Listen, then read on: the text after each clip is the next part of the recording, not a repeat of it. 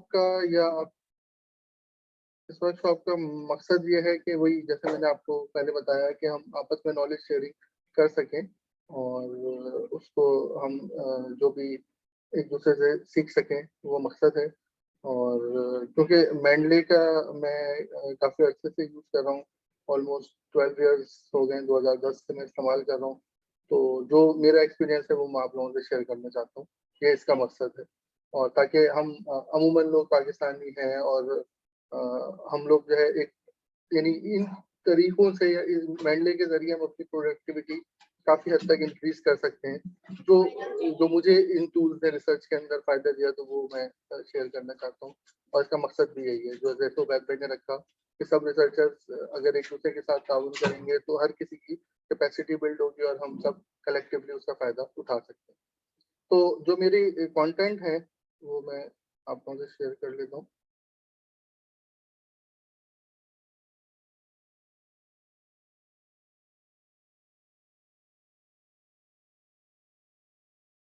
एक तरह से इसको मैं साइड पे कर दूं क्योंकि ये शायद आप लोगों को क्लियर नजर ना आए, इसलिए मैं इसको ठीक। जो आज हम आउटलाइन या जो आज हम चीजें कवर करेंगे उसके अंदर मेंडले का ओवरव्यू है, मेंडले होता क्या है और इसका क्या पर्पज है, मकसद है, और उसको ऑर्गेनाइज कैसे करते हैं, इसकी सेटिंग लाइब्रेरी कैसे सेटअप करते हैं, उसमें मैनेज कैसे करते हैं लाइब्रेरी को इफेक्टिवली, फिर उसके अंदर पीडीएफ व्यू कैसे कर सकते हैं, रीड कैसे कर सकते हैं। उसके साथ साथ हम मेंटल साइटेशन टूल्स को भी कवर करेंगे जो कि इंतहाई इंपॉर्टेंट फीचर है रिसर्चर्स के लिए कि आप कोई भी रिपोर्ट राइटिंग करते हैं, थीसिस राइटिंग करते हैं, पब्लिकेशन राइटिंग करते हैं, आर्टिकल राइटिंग करते हैं, तो उसके अंदर ये बहुत ही हेल्पफुल टूल है। और फिर इसके अलावा शेयरिंग कैसे कर सकते हैं डिफरेंट ग्रुप्स के थ्रू, और डिफरेंट लोगों को आप किस तरह अपनी कोई भी पीडीएफ या कोई भी चीज शेयर कर सकते हैं और कलेक्टिव वर्क कर सकते हैं जैसे कोलैबोरेटिव वर्क है। और फिर मेनली वेबसाइट के ऊपर आप किस तरह से चीज़ों को या रिसर्च को डिस्कवर कर सकते हैं इफेक्टिवली, ये चीज़ें हम इस ट्रेनिंग में कवर करेंगे आज की सेशन में। तो थोड़ा सा मैं अपना प्रोफाइल बता दूं, ट्रेनर प्रोफाइल। मेरा नाम जैसे कि उबैद भाई ने बताया, मेरा नाम मोहम्मद साद खान है। मैंने यूनिवर्सिटी टेक्नोलॉजी पेट्रोनास से पीएचडी किया था 2019 के अंदर। और उसके बाद जो है मुझे मौका मिला पोस्ट डॉक करने का कतर में, टेक्सास ए यूनिवर्सिटी कतर, जो कि टेक्सास ए कॉलेज स्टेशन का कैंपस है कतर के अंदर। वहाँ पे मैंने 2 साल पोस्ट डॉक किया, 1 साल पेट्रोलियम के अंदर और 1 साल मैकेनिकल में। वैसे मेरा बैकग्राउंड केमिकल इंजीनियरिंग का है और थ्रू आउट मेरी रिसर्च जो है वो ऑयल एंड गैस से रिलेटेड रही है। तो during my course of my research मैंने अब तक जो है वो ऑलमोस्ट 63 पेपर्स पब्लिश किए हैं, जिनमें से 32 पेपर्स जो है वो Q1 Q2 जर्नल हैं, टॉप रैंकिंग जर्नल्स हैं। इसके अलावा 26 अदर जो है वो स्कोपस इंडेक्स रिसर्चेज हैं जो Q3 Q4 जर्नल्स में कंसीडर होती हैं। और उसके अलावा 3 बुक चैप्टर्स जो है पब्लिश हो चुके हैं टिल टू डेट। और इन सब के नतीजे के अंदर जो मुझे मेरा एच इंडेक्स है वो तकरीबन 21 है और साइटेशन अराउंड 1190 अराउंड साइटेशन मेरी रिसर्च को हासिल हो चुकी हैं अब तक। और मैं मेंडले सर्टिफाइड ट्रेनर भी हूँ। मैंने मैंडले ने मुझे अथराइज किया है कि आप जो है वो ट्रेनिंग करा सकते हैं मेंडले के हवाले से, ताकि कम्युनिटी या कैपेसिटी बिल्डिंग हो सके अफराद की। तो ये मेरा मुख्तसर का थोड़ा सा तारुफ था। और यहाँ पे मैं पोस्ट डॉक या पोस्ट डॉक्टर रिसर्चर तौर पर ज्वाइन किया है यूटीपी। और मैं अपने जो पीएचडी का टॉपिक है उससे रिलेवेंट रिसर्च कर रहा हूँ। ठीक है, कोई इस हवाले से कोई सवाल हो तो आप कर सकते हैं।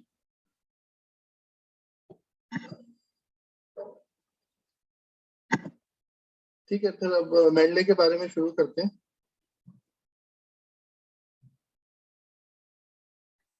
What is Mendel? मेंडले जो है बेसिकली एकेडमिक सॉफ्टवेयर है, फ्री एकेडमिक सॉफ्टवेयर है जो कि डिफरेंट प्लेटफॉर्म्स के ऊपर अवेलेबल है। और डिफरेंट मेजर ब्राउजर्स जो है वो इसके अंदर इसके प्लगइन्स भी मौजूद हैं जिसके जरिए से आप वो कर सकते हैं। Mainly basically writing, referencing, reading और इसका टूल है कि जो सारी चीजें कलेक्टिवली आप उसके अंदर यूटिलाइज कर सकते हैं। मेंडे के बेसिकली दो तरह की फ्रंट्स हैं या आप ये कह लें इंटरफेसेस हैं। एक मेंडे डेस्कटॉप का है जो कि आप अपने पीसी के अंदर इंस्टॉल कर सकते हैं करते हैं, और दूसरा जो है वो मेंडे वेब का है जो कि ऑनलाइन वर्जन आपकी अकाउंट का उनकी वेबसाइट के ऊपर क्लाउड के ऊपर मौजूद होता है।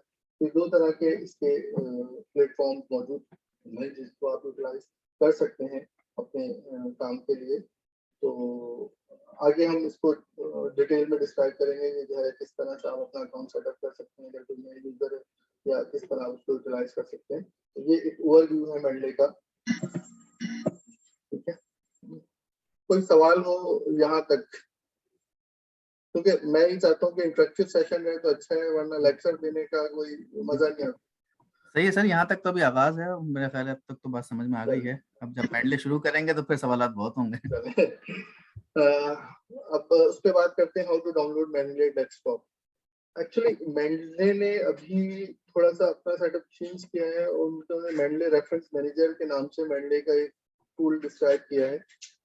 मैं आपसे ये चाहता हूँ कि आप लोग मेंडले डेस्कटॉप डाउनलोड करें, जो कि उनका थोड़ा सा अर्लियर वर्जन था।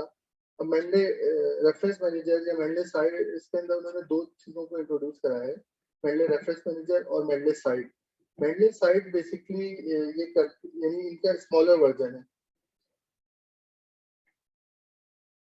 अच्छा, ये कुछ सवाल है। Is Mendeley is paid software? नहीं, Mendeley is a freeware software. That is the beauty of the Mendeley कि मेडले जो है वो फ्री है, आप इसको डाउनलोड कर सकते हैं विदाउट एनी इंस्टीट्यूशनल अकाउंट या अपने उसके। बल्कि मैं आपको वो कहूँगा, इनकरेज करूंगा कि आप मेडले का जो अकाउंट बनाएं वो अपना पर्सनल उससे बनाएं, अकाउंट से बनाएं। क्यों? उसका रीजन ये है कि आप इंस्टीट्यूशनल अकाउंट जब बनाते हैं, मोस्टली आप लोग पीएचडी कर रहे हैं या पोस्ट डॉक कर रहे हैं या फिर किसी एकेडमिक इंस्टीट्यूशन में भी जॉब कर रहे हैं, तो आपका कॉन्ट्रैक्ट जो है वो एक सर्टेन पीरियड के लिए होता है। उसके बाद आपका जो अकाउंट है वो टर्मिनेट हो जाता है, या जब आप वो कॉन्ट्रैक्ट खत्म हो जाता है तो आप उसके अंदर उसको फर्दर यूटिलाइज नहीं कर सकते। तो एंड नोड जो है वो अमूमन इंस्टीट्यूशनल वो देता है, एक्सेस देता है आपको, क्योंकि अगर आप उसका खरीदना चाहें तो बहुत महंगा सॉफ्टवेयर है। तो इसलिए जो है इसको आप जो है उसके इस्तेमाल करें पर्सनल ईमेल एड्रेस पे। और एक और सवाल है, what's the advantage of Mendeley over Zotero? Actually Zotero भी अच्छा है और वो ऑनलाइन टूल या सिर्फ रेफरेंसिंग के लिए बहुत अच्छा है, लेकिन जैसे कि मैंने आपको बताया कि यहाँ पे हमारा वर्कशॉप कराने का मकसद ये है कि मेंडले को इफेक्टिवली यूज हम कैसे करें ताकि हमारी प्रोडक्टिविटी बढ़े। देखें, अगर हम एज अ रिसर्चर बात करें, टू बी ऑनेस्ट, अगर आप पेपर लिखते हैं या आर्टिकल लिखते हैं या कोई रिपोर्ट लिखते हैं, थीसिस आप पीएचडी में या मास्टर्स में एक दफा थीसिस लिख देंगे, ठीक है। और आर्टिकल की जहां तक बात है तो आप साल के अंदर 2 से 3 आर्टिकल मैक्सिमम आप जो है उसको लिखने का आपको मौका मिलेगा या अपॉर्चुनिटी मिलेगी। उससे ज्यादा जो है हम आर्टिकल नहीं लिखते एज अ फर्स्ट ऑथर या मेन ऑथर, लीड ऑथर, तो जिसके अंदर हमें रेफरेंसेस डालने पड़े। तो हार्डली अगर हम बात करें तो हम साल के 10 दिन या ये कह लें कि 20 दिन जो है वो रेफरेंसिंग सॉफ्टवेयर को यूज करते हैं। तो ये एंड नोट, सिटेरो और इवन मेंडले अगर आप उसको उसको एक्सटेंसिवली इस्तेमाल नहीं करते तो ये सिर्फ आपके लिए कारआमद होंगे विद इन वंस यानी मैक्सिमम 1 महीने के लिए साल में। लेकिन मेरा अपना एक्सपीरियंस ये है कि मैं मेंडले को यूज करता हूँ रोजाना। आप कह सकते हैं कि मेरी सारी डेटाबेस जो है वो मेंडले के अंदर है। मैं रीडिंग के लिए मेंडले को यूज करता हूँ, जो कि इसका सबसे ज्यादा हिफाजत है, जो कि लोग इसको इफेक्टिवली यूज नहीं कर पाते। तो ये मकसद है। तो ज़ेटोरो और एंड नोड का जो ड्रॉबैक है, ज़ेटोरो भी फ्री है, आप उसको यूज कर सकते हैं फ्री ऑफ कॉस्ट, लेकिन जो जो जो लिमिटेशन है वो ये है कि आप उसको रीडिंग के लिए इस्तेमाल नहीं कर सकते। रीडिंग के लिए लोग अलग से रीड क्यूब या दीगर सॉफ्टवेयर इस्तेमाल करते हैं, और फिर उसको मेंडले के साथ या एंड नोड के साथ या ज़ेटोरो के साथ आप उसको इनकॉर्पोरेट करते हैं। तो मेंडले जो है वो ऑल इन वन एक फीचर है जिसको आप यूटिलाइज कर सकते हैं अपनी प्रोडक्टिविटी बढ़ाने के लिए। ये एक मकसद है मेंडले की वर्कशॉप कराने का इंस्टेड ऑफ रेफरेंसिंग टूल। ठीक है, कोई सवाल हो यहाँ तक?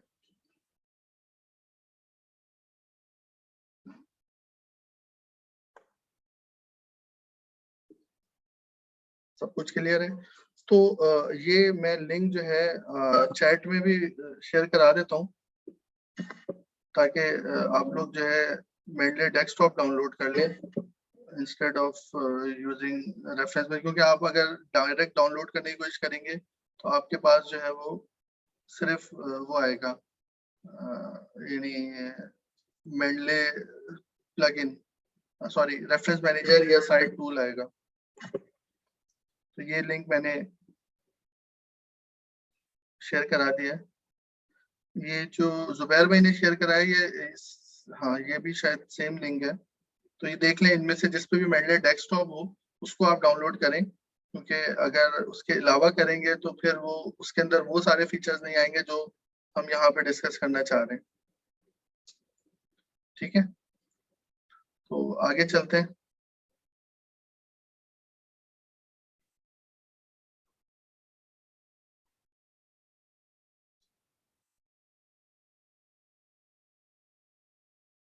जब आप मेंडले की वेबसाइट पे जाएंगे, इस वेबसाइट के ऊपर जाएंगे तो आपको ये एक इंटरफेस नजर आएगा, जिसके अंदर आपको साइन इन का पूछेगा, क्रिएट अकाउंट और Mendel, download Mendel, Mendel desktop. तो आप मेंडले डेस्कटॉप डाउनलोड कर लेंगे, और अगर आपका अकाउंट नहीं है तो फिर आप अकाउंट क्रिएट करेंगे अपना। और इसको कैसे सेटअप करते हैं नेक्स्ट स्लाइड के अंदर मैं आपको बताता हूँ। तो सबसे पहले आप क्रिएट करेंगे अपना अकाउंट, अपने क्रेडेंशियल डालेंगे, और वही अगेन मैं रिपीट करता हूँ कि सैयद हारिस साहब आवाज नहीं सुन सकते। आप लोग सुन रहे हैं मेरी आवाज? जी सर, क्लियरली आ रही है। जी जी, मेरा ख्याल से हारिस साहब का शायद स्पीकर का इशू होगा, हमें आवाज आ रही। ठीक है, आप उनको टेक्स्ट कर दें तो बेहतर रहेगा। ठीक है, तो क्रिएट अकाउंट, सबसे पहले आप अपना अकाउंट क्रिएट करेंगे। वही अगेन मैं आपसे रिपीट करता हूँ कि आप अपने पर्सनल अकाउंट से करें। जो मेंडले की खूबसूरती है वो ये है कि आप उसको जरूरी नहीं है कि आप उसको उसके साथ इस्तेमाल करें, यानी इंस्टीट्यूशनल लॉगिन के साथ इस्तेमाल करें। आप इसको पर्सनल अकाउंट के साथ बना सकते हैं। आपने अकाउंट क्रिएट किया, उसके बाद जो है आप इसको वो करें, डाउनलोड कर लें और साइन इन करें और डाउनलोड कर लें, ताकि आपका अकाउंट क्रिएट हो सके और आप मेंडले डेस्कटॉप यूज कर सकें इफेक्टिवली। फिर उसके बाद मेंडले काम कैसे करता है या आपकी हेल्प कैसे करता है? एक्चुअली मेंडले दो फ्रंट पे काम करता है। एक जो आप डेस्कटॉप फाइल्स हैं, यानी जो भी चीजें हमारे पीडीएफ हमारे पीसी के अंदर या लैपटॉप या उसके अंदर मौजूद हैं, फाइल्स के अंदर डेस्कटॉप में, उसको अपलोड करता है क्लाउड के अंदर। क्लाउड एक इनका सिंक्रोनाइज सिस्टम है, जो कि मेंडले के ऊपर जो आपका अकाउंट है वहां पे जो है डाटा आपका स्टोर होता है। उसके अलावा ऑनलाइन फाइल्स भी जो आप डाउनलोड करते हैं या उसको इंपोर्ट करते हैं अपने मेडले के अंदर, तो वो भी पहले क्लाउड के अंदर जाती हैं, और फिर क्लाउड से जो है आपका अकाउंट बनता है, जो कि 2 GB का फ्री अकाउंट आपका होता है। 2 GB तक डाटा जो है आप उसके ऊपर अपलोड कर सकते हैं फ्री ऑफ कॉस्ट, और उसके बाद उनके नॉमिनल चार्जेस हैं। लेकिन इसमें फायदा ये होता है कि आपका ऑनलाइन अकाउंट तो 2 GB के पीडीएफ वगैरह जो है उसके अंदर मौजूद होते हैं, लेकिन ऑफलाइन जो आपका अकाउंट है, जो आपका मेडले डेस्कटॉप है, जो आप अभी डाउनलोड करेंगे या कर चुके हैं, तो उसके अंदर आपका जितना भी डाटा हो, भले वो 30 GB का डाटा हो, आप उसको स्टोर कर सकते हैं। तो जो दो 2 GB की जो लिमिट है वो सिर्फ पीडीएफ वगैरह की है, और उसमें भी जो है वो यानी आप अपना डाटा पूरा का पूरा यानी अगर पीडीएफ वो नहीं कर रहे तो फिर आप रीड नहीं कर सकते। जो मकसद पीडीएफ अपलोड करने का है वो रीडिंग की पर्सपेक्टिव में ज्यादा है। तो वो डाटा आपका उसमें जाएगा क्लाउड में, और फिर क्लाउड से आप उसको जहां पे भी चाहें, जिस डेस्कटॉप या जिस उस पे चाहें, आप उस पे मशीन पे उसको देख सकते हैं। जैसे आप मेनली डेस्कटॉप पे देख सकते हैं, या फिर ऑनलाइन अपना अकाउंट कहीं से भी आप लॉग इन करके देख सकते हैं। इसकी मिसाल मैं आपको देता हूँ कि जैसे मैंने उबैद भाई ने भी आपको शायद उसमें इंट्रोडक्शन में बताया कि मेंडले यूज करते हुए मुझे 12 साल हो गए। 2010 से मैं मेंडले यूज कर रहा हूँ, जब मैं मास्टर्स स्टार्ट किया था तब से। और उसके अंदर अब तक मेरा जितना भी डाटा है सिंस मास्टर, वो सारा का सारा मेरा यानी मेंडले डेस्कटॉप के मेंडले के अंदर ही मौजूद है। और उस दौरान मैंने कई पीसी चेंज किए कई जगह के ऊपर, जैसे मैं टेक्सास एंड कतर गया, पहले यूटीपी में पीएचडी की, फिर उसके बाद अभी दोबारा ज्वाइन किया। तो कोई भी डाटा मैंने अपना फिजिकल पीडीएफ वगैरह अपने पास नहीं रखे, बल्कि सारे का सारा डाटा मेरा क्लाउड में मौजूद था, और उसी को मैंने यूटिलाइज करके जहां पे भी मैं चाहता हूँ मैं अपने डाटा को एक्सेस कर सकता हूँ। Only I need to insert my credential in the Mendeley desktop and my data would be synchronised. तो इस तरह से ये इसकी जो सबसे बड़ा ब्यूटी है या एडवांटेज है वो ये है कि हम अपने डाटा को हवाले से, कि बाज़ औक़ात क्या होता है कि हम अपने सारे डाटा को 3 GB 5 GB 10 GB का डाटा जो है वो स्टोर करके चल रहे होते हैं बार बार कि यार ये मेरा 10 साल पुराना डाटा है, 5 साल पुराना डाटा है। लेकिन मेंडले को अगर आप इफेक्टिवली यूज करेंगे तो आपको ये परेशानी नहीं रहेगी, और आपका सारा डाटा हर जगह यानी क्लाउड पे मौजूद रहेगा, और आप जहां से चाहें उसको एक्सेस कर सकते हैं और उसको यूटिलाइज कर सकते हैं। तो ये इसकी सबसे बड़ी खूबसूरती है जो मैं फर्स्ट हैंड एक्सपीरियंस की है मैंने, और मैं चाहता हूँ आप लोग भी इसको यूटिलाइज करें। सर ये मेंडले से अगर दिखा जी इस तरह क्लाउड में भेजते हैं अगर खोल के, अच्छा, मैं यानी हैंड्स ऑन दिखा दूं ना? हाँ मतलब साथ साथ हम मेरे पास डाउनलोड है हमारे पास, तो समझ में आ जाए ना सर।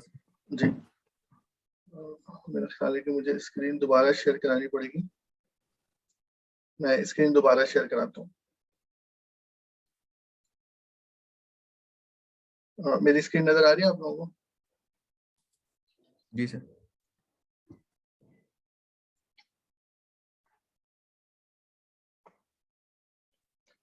तो ये एक मेडले का इंटरफेस है जो अभी हम आगे डिस्कस करेंगे। आपने पूछा तो मैं आपको बता दूं कि कोई चीज हमें ऐड करनी हो या क्या हो, ये सिंक्रोनाइज का बटन आ रहा है यहाँ पे ना ऊपर। ठीक है। तो जब आप इसको क्लिक करेंगे तो आपके मेडले वेब और मेडले डेस्कटॉप जो है वो क्लाउड के ऊपर सिंक्रोनाइज हो जाएंगे। सिर्फ ऑन अ सिंगल क्लिक जितना भी डाटा है वो वेबसाइट पे अपलोड हो जाएगा और आप उसको यूटिलाइज, अब ये सिंक्रोनाइज हो गया। That's it. ये उस पे तो मेन स्क्रीन पे तो नहीं आ रहा हमारे, तो Mendeley reference manager, file edit, tools, help, ये ऑप्शंस आ रहे हैं। ये आपको नजर नहीं आ रहा मेडले डेस्कटॉप? अच्छा मेंडले डेस्कटॉप, अच्छा उस पे होगा। ऐसा मैंने रेफरेंस मैनेजर शेयर किया हुआ ये मुझे। हाँ, इसीलिए मैं कह रहा हूँ कि बेहतर है कि आप जो है ना मेंडले रेफरेंस डेस्कटॉप मैनेजर की जगह जो जो लिंक उसमें शेयर कराया ना चैट में, ठीक आप मेडले ठीक है सर। डेस्कटॉप कर लें। सिमिलर अकाउंट आपका यूज होगा, अकाउंट का कोई मसला नहीं है। सिर्फ ये इनके टूल्स है, इन्होंने उसको थोड़ा सा लाइट किया है। लाइट करने में इन्होंने बहुत सारे ऑप्शन जो है वो हटा दिए हैं। ठीक है सर, थैंक यू। ठीक है, तो चले आगे चलते हैं। ठीक है, यहाँ तक सबको क्लियर है? कुछ चैट में कोई सवाल है? जी सैयद वकास अहमद साहब, आप सवाल करें। अस्सलाम वालेकुम सर। सर अभी आपने ये बताया कि मेंडले की जो स्टोर है उसकी स्टोरेज क्लाउड स्टोरेज है that's limited to 2 GB only. तो अगर आपके पास पिछले काफी सालों का डाटा है तो आप उसको फिर कैसे मैनेज कर रहे हैं? अगर आप जो डेस्कटॉप की स्टोरेज है आया कि वो चीज यूज कर रहा है या आपका जितनी भी पीडीएफ है उस सबको उसके ऊपर क्लाउड के ऊपर फेंकता है? अगर क्लाउड के ऊपर फेंकता है तो तब क्या हमारे पास 2 GB की कंस्ट्रेंट नहीं लगती उस पे? I am just curious about it. हाँ, ये होता है। यानी 2 GB की, यानी 2 GB में क्या होता है कि आपके डाटा की पीडीएफ शुरू में नहीं फेंकेगा। पहले तो पूरी लाइब्रेरी उसने सिंक्रोनाइज कर ली, ठीक है, फिर उसके बाद पीडीएफ फेंकना शुरू करता है। तो जो आपकी यानी जो उसका विदाउट पीडीएफ डाटा है वो तो बहुत लिमिटेड होता है। यानी वो 1 KB शायद एक फाइल का इस तरह से होता है, जनरेट होता है। ठीक है, तो आपके जो सारे का सारा डाटा है वो उसके अंदर आ जाता है विदाउट पीडीएफ। ठीक है, फिर पीडीएफ जो है वो सर्टेन उसके लेता है। लेकिन जब आप उस पर डबल क्लिक करते हैं क्लाउड पे भी, जहाँ पे पीडीएफ इंस्टॉल नहीं है, वहां से भी वो उसको डाउनलोड कर लेता है उनको। लेकिन थोड़ा सा टाइम लगता है ज्यादा, क्योंकि वो उठाता है आपकी सोर्स से।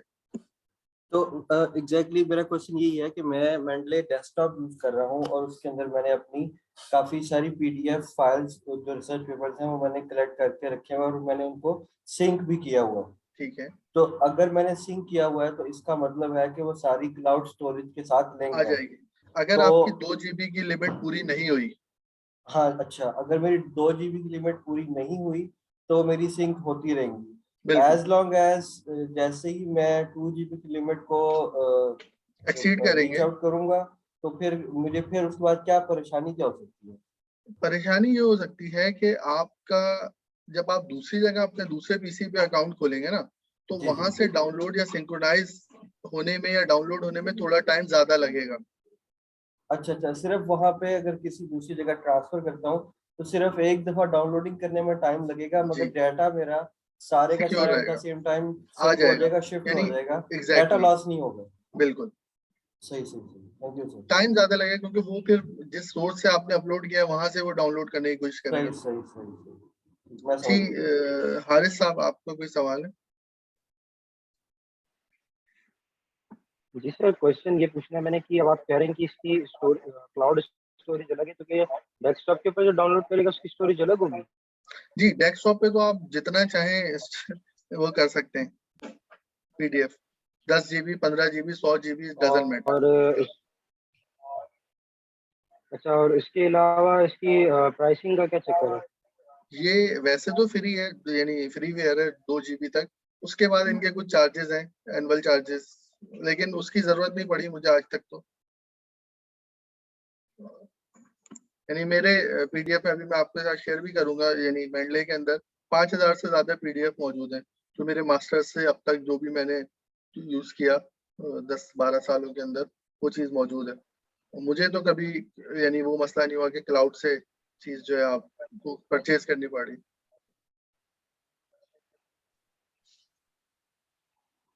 Okay sir, thank you. Thank you. तो आगे चलते हैं, आगे यानी एक्चुअली कैसे हमने यूज करना है, ये तो एक ओवरव्यू था मेंडले का। अब actually how to use Mendel हम इस पे डिस्कस करते हैं। Create a free account. आप लोगों में से बहुत सारों का अकाउंट होगा, और नहीं है तो आप क्रिएट अकाउंट अपने पर्सनल उससे बनाएं, और फिर अगर कोई प्रॉब्लम आ रही है तो आप शेयर करें, ठीक है?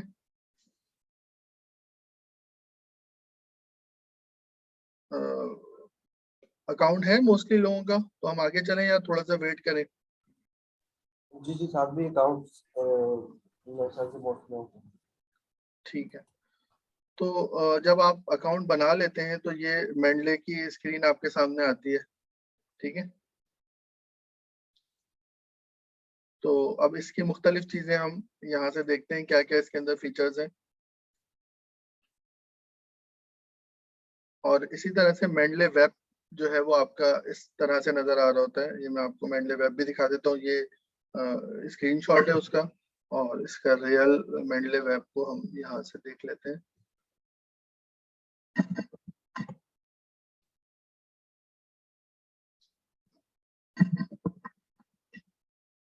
मेंडले वेब,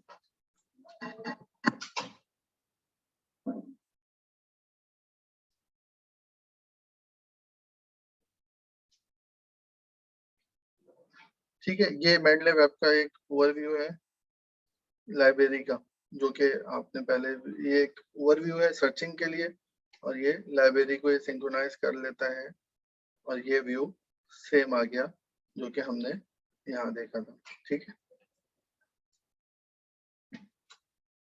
तो ये ओवरव्यू है मेंडले। जब हम वेब पे देखते हैं तो इस तरह से नजर आता है, और मेंडले जब हम रियल में देखते हैं डेस्कटॉप पे तो इस तरह से नजर आता है। अब आगे चलते हैं, ये एक ओवरव्यू। अब इसकी डिफरेंट चीजें, हम कौन कौन से ऑप्शंस हैं क्या हैं, ये हम अगली स्लाइड में डिस्कस करते हैं। सेटिंग अप लाइब्रेरी, ये एक ओवरव्यू था। अब लाइब्रेरी कैसे सेटअप करनी है, या आपने डाटा कैसे पीडीएफ या अपना मुख्तलिफ रेफरेंसेस कैसे ऐड करने हैं, ठीक है? तो इसके अंदर मुख्तलिफ ऑप्शंस हैं। अगर हम देखें तो सबसे पहले ऐड फाइल्स हम कर सकते हैं, वो अभी मेंडले में भी मैं आपको दिखा दूंगा कहाँ से होता है।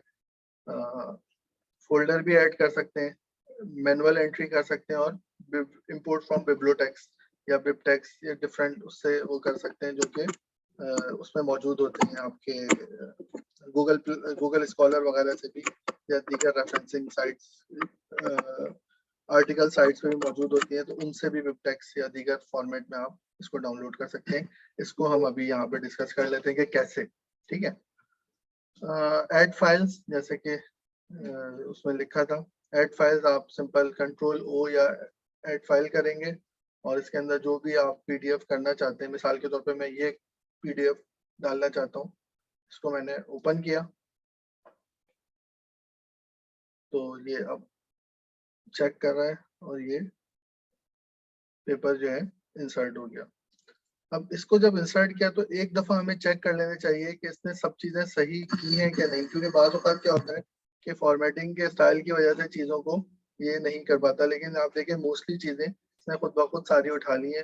जर्नल का नाम क्या है, ईयर क्या है, दीगर चीजें जो भी जर्नल से मुताल्लिक है वो उठा ली और ये पेपर इधर डाउनलोड हो गया। तो ऐड फाइल के थ्रू हम इस तरह से कर सकते हैं। इसको चेक भी कैसे कर सकते हैं, रिसेंटली ऐड के अंदर भी हम इसको चेक कर सकते हैं। ठीक है, फिर हम बात करें कोई पूरा फोल्डर हमें पता है कि भाई सारे हमारे पीडीएफ इस फोल्डर के अंदर है, या मेरे थीसिस का फोल्डर मैंने रेफरेंसेस का अलग बनाया हुआ है, तो मैं अगर कोई फोल्डर करना चाहूँ तो इस तरह से जो भी फोल्डर मैं सेलेक्ट करूंगा वो यहाँ पे ऐड हो जाएगा पूरा का पूरा। जैसे आप यहाँ पे लेफ्ट साइड पे देख सकते हैं, चलिए मैं इसको करके दिखा देता हूँ। ऐड फोल्डर,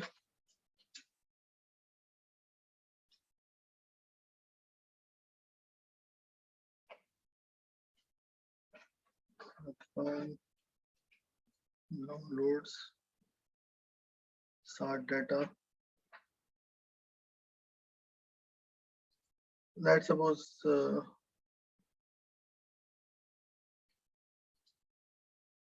ये एक फोल्डर है जो मैं ऐड करना चाहता हूँ। ठीक है,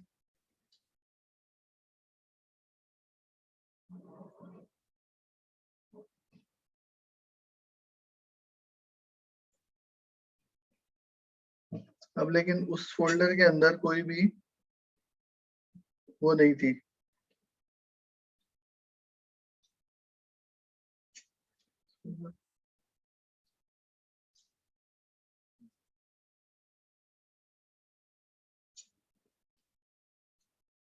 ये देखें 7 फोल्डर यहाँ पे ऐड हो गया।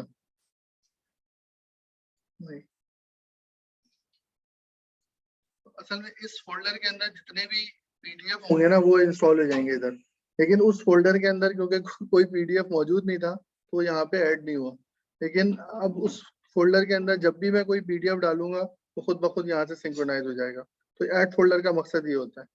ठीक है, और ऐड रेफरेंस मैनुअली, उसका तरीका ये होता है कि आप यहाँ गए और इधर आपने add entry manually excuse me sir, जी एक्सक्यूज मी सर, ये जो आपने ऐड फोल्डर का बताया है जी मींस कि मैं रिसेंटली 2 पेपर डाउनलोड करता हूँ तो वो ठीक है। अपने जो मैंने डी ड्राइव में फोल्डर अपना बनाया होगा उसमें वो दोनों पेपर मैं रिसेंटली ऐड कर देता हूँ जी, तो वो ऑटोमेटिकली मैंडे में वो भी आ ऑटोमेटिक जी मैनुअली वहां से उठा लेगा खुद ही।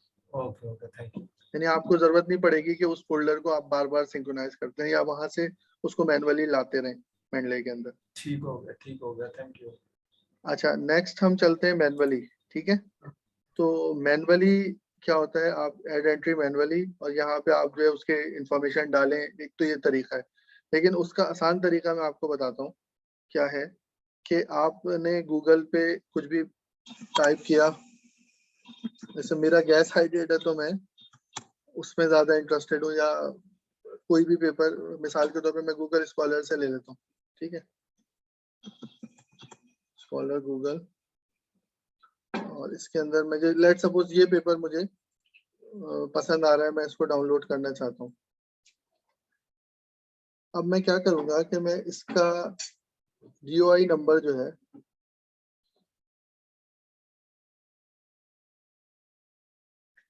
इसका DOI नंबर ही नहीं, DOI नंबर ठीक है, ये इसका DOI नंबर मैंने कॉपी किया, कॉपी, और इसको मैं इधर लेके आया ऐड एंट्री मैनुअली। एक तो मुश्किल तरीका ये कि मैं इसकी सारी इंफॉर्मेशन डालूं आइडियली, लेकिन मैं उसकी जगह आपको शॉर्टकट बता रहा हूँ। आपने इसको क्लिक किया और इधर सर्च किया तो इस पेपर की सारी इंफॉर्मेशन यहाँ पे आ गई। ठीक है, आप इसको सेव करेंगे तो ये पेपर यहाँ पे आ गया, लेकिन इसके अंदर देखें कि पीडीएफ नहीं आ रहा है क्योंकि हमने पीडीएफ इसका नहीं किया, हमने सिर्फ इसका बिब्लियोग्राफी डाउनलोड की। ठीक है, तो इसको हम रीड नहीं कर पाएंगे, लेकिन हम इसको रेफरेंस से साइट जरूर कर सकते हैं इस पेपर। यहाँ तक समझ में आ गई कि आपको मैनुअली एंट्री कैसे करनी है। जी सर, लेकिन अगर इसका पीडीएफ हमें देखना हो, लेना हो तो? पीडीएफ देखना हो तो आप इसका पीडीएफ के पास आपका एक्सेस होना चाहिए, आप इसको डाउनलोड करेंगे और अगर इसी फाइल के अंदर ऐड करना चाहते हैं, ये डाउनलोड कर लिया मैंने, ठीक है, और मैं अगर इसी के अंदर ऐड करना चाहता हूँ, मैं अवॉइड करना चाहता हूँ डुप्लीकेशन ना हो, ठीक है, तो मैं क्या करूंगा कि यहाँ पे ऑप्शन है ऐड फाइल, नजर आ रहा है फाइल्स के जी नीचे जी राइट जी। साइड पे, ऐड फाइल आपने किया और ये पेपर 237 पे डाउनलोड हुआ है और अभी 238 हो रहे हैं, तो अभी यही पेपर है, इसको मैंने ओपन किया, ये ऐड हो गया। ठीक है सर। अब आप देखें यहाँ पे निशान आ गया बुक बनी हुई पीडीएफ का, तो इसको अब हम खोल के पढ़ सकते हैं, रीड कर सकते हैं। तो ये तरीका है, आप कोई भी पेपर, यानी अगर आप जल्दी में या आपके पास एक्सेस नहीं है, लेट से हम ये बात करें कि यानी हर किसी के पास एक्सेस नहीं होता हर जर्नल का, तो उसको हम किस तरह से साइट कर सकते हैं अगर हमें स्टिल साइट करना है, ठीक है। प्लीज रिपीट मैनुअल एंट्री, ठीक है, मैं इसको रिपीट कर देता हूँ।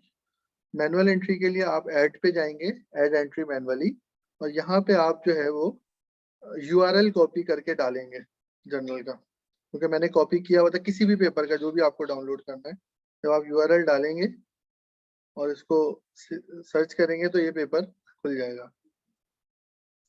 कोई दूसरा कर लेते हैं ताकि डुप्लीकेशन ना हो। आपने अभी DOI बताया था ना, URL जी। यूआरएल नहीं, DOI, ठीक है। मैं कोई दूसरा पेपर कर देता हूँ ताकि कंफ्यूजन ना हो और रिपीटिशन भी ना हो, क्योंकि फिर वो लाइब्रेरी के अंदर डुप्लीकेशन आती है तो फिर उसको आपको हटाना पड़ता है, क्योंकि जब आप साइड करते हैं ये चीजें तो फिर प्रॉब्लम आनी शुरू होती है। मिसाल के तौर पे हम कोई दूसरा पेपर लेते हैं गूगल स्कॉलर पे, अब इस पेपर की मुझे आ रही है रिकमेंडेशन, अकॉर्डिंग टू मेरे प्रोफाइल जो है ये पेपर गूगल स्कॉलर को लगता है कि मुझसे रेलिवेंट है, ठीक है, तो इसका मेरे पास पीडीएफ ऑप्शन आ रहा है, लेकिन मैं इसको पीडीएफ के थ्रू डाउनलोड नहीं करना चाह रहा, मैं डीओआई के थ्रू करना चाह रहा हूँ, ठीक है। तो मैंने इसको कॉपी किया, इसका डीओआई, यहाँ पे मैंने लिखा आइडेंटिटी मैनुअली, और मैंने आके डीओआई के ऊपर, यानी आप टीममेट से भी कर सकते हैं, यानी डिफरेंट डेटाबेस कैटलॉग से आप इसको सर्च कर सकते हैं, और यहाँ पे सर्च का निशान है, इस पर क्लिक किया तो ये रिट्रीव कर लेगा, ये इसने इसकी इंफॉर्मेशन पेपर की, क्योंकि ये पेपर लेटेस्ट है और मुझे पता है कि हमारे ही ग्रुप का टेक्सास एंड का पेपर है और ये अभी इसी हफ्ते पब्लिश हुआ है, तो इसलिए इसकी वो नहीं आ रही है, ये वो वॉल्यूम नंबर वगैरह अभी इशू नहीं हुआ, इसलिए इसकी इंफॉर्मेशन यहाँ पे आ नहीं रही है। तो ये मैंने सेव किया तो ये मेरी डाटाबेस के अंदर आ गया, और अगर मैं इसका पीडीएफ डालना चाहता हूँ, अपलोड करना चाहता हूँ, तो मैंने व्यू पीडीएफ डाउनलोड किया,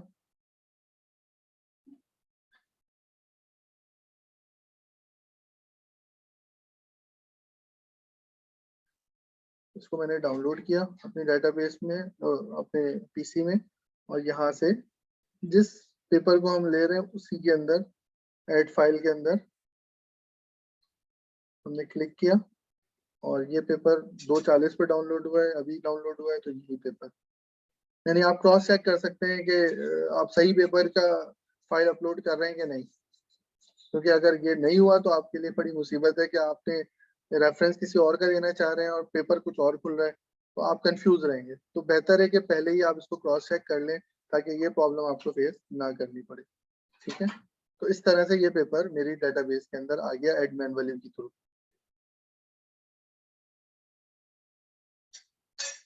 और कोई क्वेश्चन यहाँ तक सबको क्लियर है? कोई सवाल पूछना है तो प्लीज गो अहेड। अच्छा फिर मैं, एक्सक्यूज मी सर, जी जी, सर नॉर्मली जब हम रेफरेंस ऐड करते हैं या तो वो पीडीएफ फाइल आपने बताया कि फोल्डर कर सकते हैं, या हम नॉर्मली पीडीएफ की फाइल ही ड्रैग कर लेते हैं ना, जी जी, ठीक है, और दूसरा आपने मैनुअल का बताया, या फिर हम जब गूगल स्कॉलर से डाउनलोड करते हैं साइटेशन में RIS फाइल आई थिंक बनती है, वो मैं बताता हूँ, बिबटेक्स या RIS या अच्छा वो दीगर नेक्स्ट आना है, वो, ठीक हाँ है, वो मैं बता रहा हूँ, और दीगर ये भी बता रहा हूँ कि आपने कोई पीडीएफ आपके पास पढ़ा, अब जरूरी नहीं है कि आप उसको दोबारा से गूगल पे जाएं, उसको डाउनलोड करें, ऐड मैनुअली करें, ऐसा कोई जरूरत नहीं, वो भी मैं बताता हूँ कि आप उसको डायरेक्ट कैसे इसमें ऐड कर, okay okay okay sir I have a question कि PDF। अगर हम गलती से कोई फाइल डुप्लीकेट कर दें कि मुझे याद नहीं था, मैंने 6 महीने पहले कोई पेपर डाउनलोड दोबारा आ करके गया। मेंडले में डाला हुआ था, अभी मैंने दोबारा डाल दिया, तो वो उसको एज अ डुप्लीकेट डिटेक्ट करेगा या उसको करेगा दो करेगा, अलग एंट्री वो कर देगा? आगे आ रहा है, आ रहा है, आगे आ रहा है। ठीक है, ठीक ठीक। है, alright.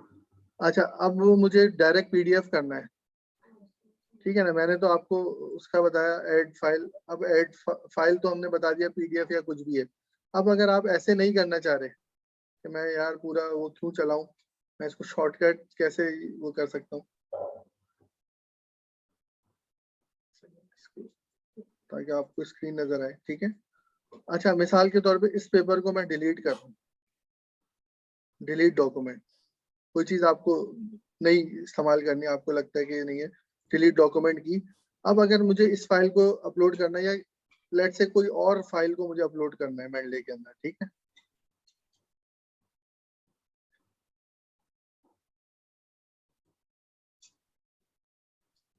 सॉरी, ये फाइल, ये वाला पेपर है ना, लेटेस्ट पेपर था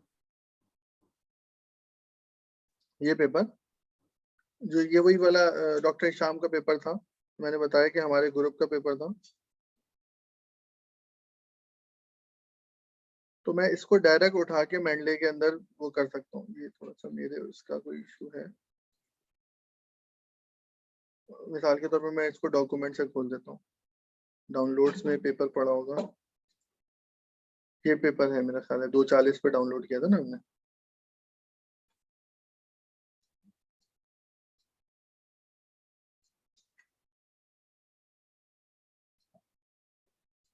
इसको मैंने उठाया यहाँ से डायरेक्ट और मेंडले पे लाके फेंक दिया, ला के डाल दिया, तो ये डायरेक्ट ये पेपर, सारी इसकी बिब्लियोग्राफी, सारी चीजें खुद ब खुद आ गई।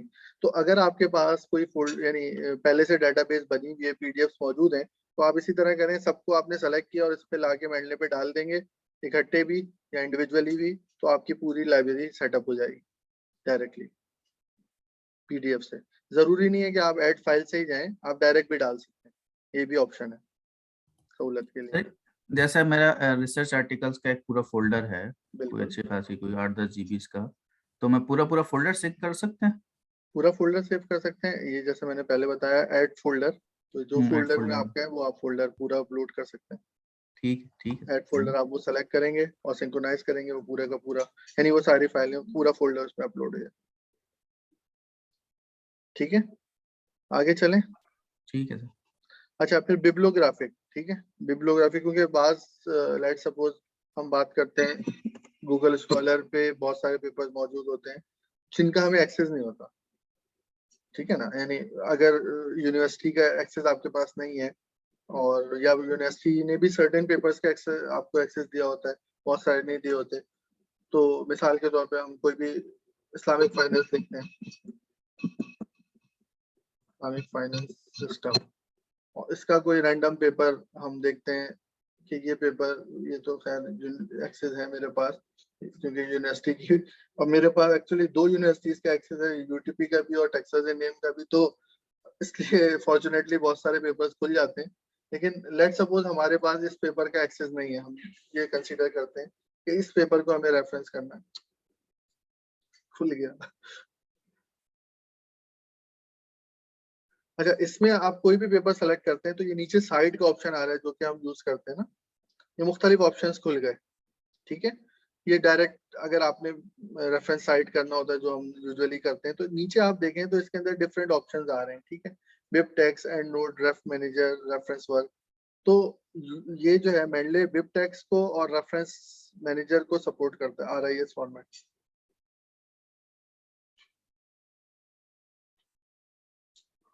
आप इस पे क्लिक करें,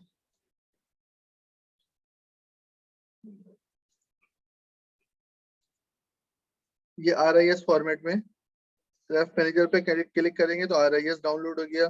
बिबटेक्स तो नहीं, RIS ज्यादा बेहतर रहता है, इसका तो फिर अलग सिस्टम है ना,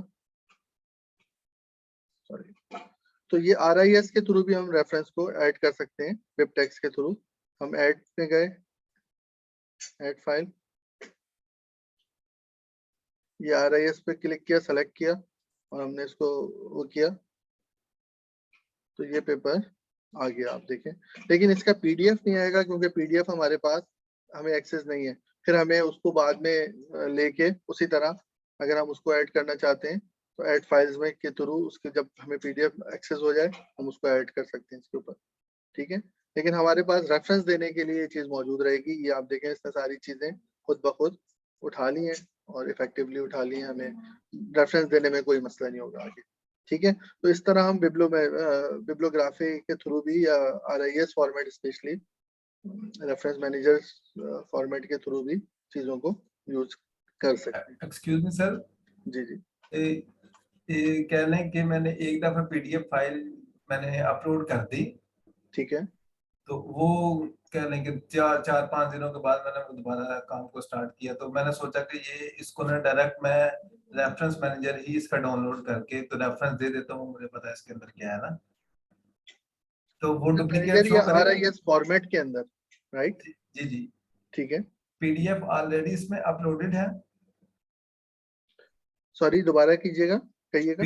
PDF फाइल मैंने ऑलरेडी मैंडले में वो फेंक दी हुई है, ठीक है। ठीक है, अपलोड कर दी है।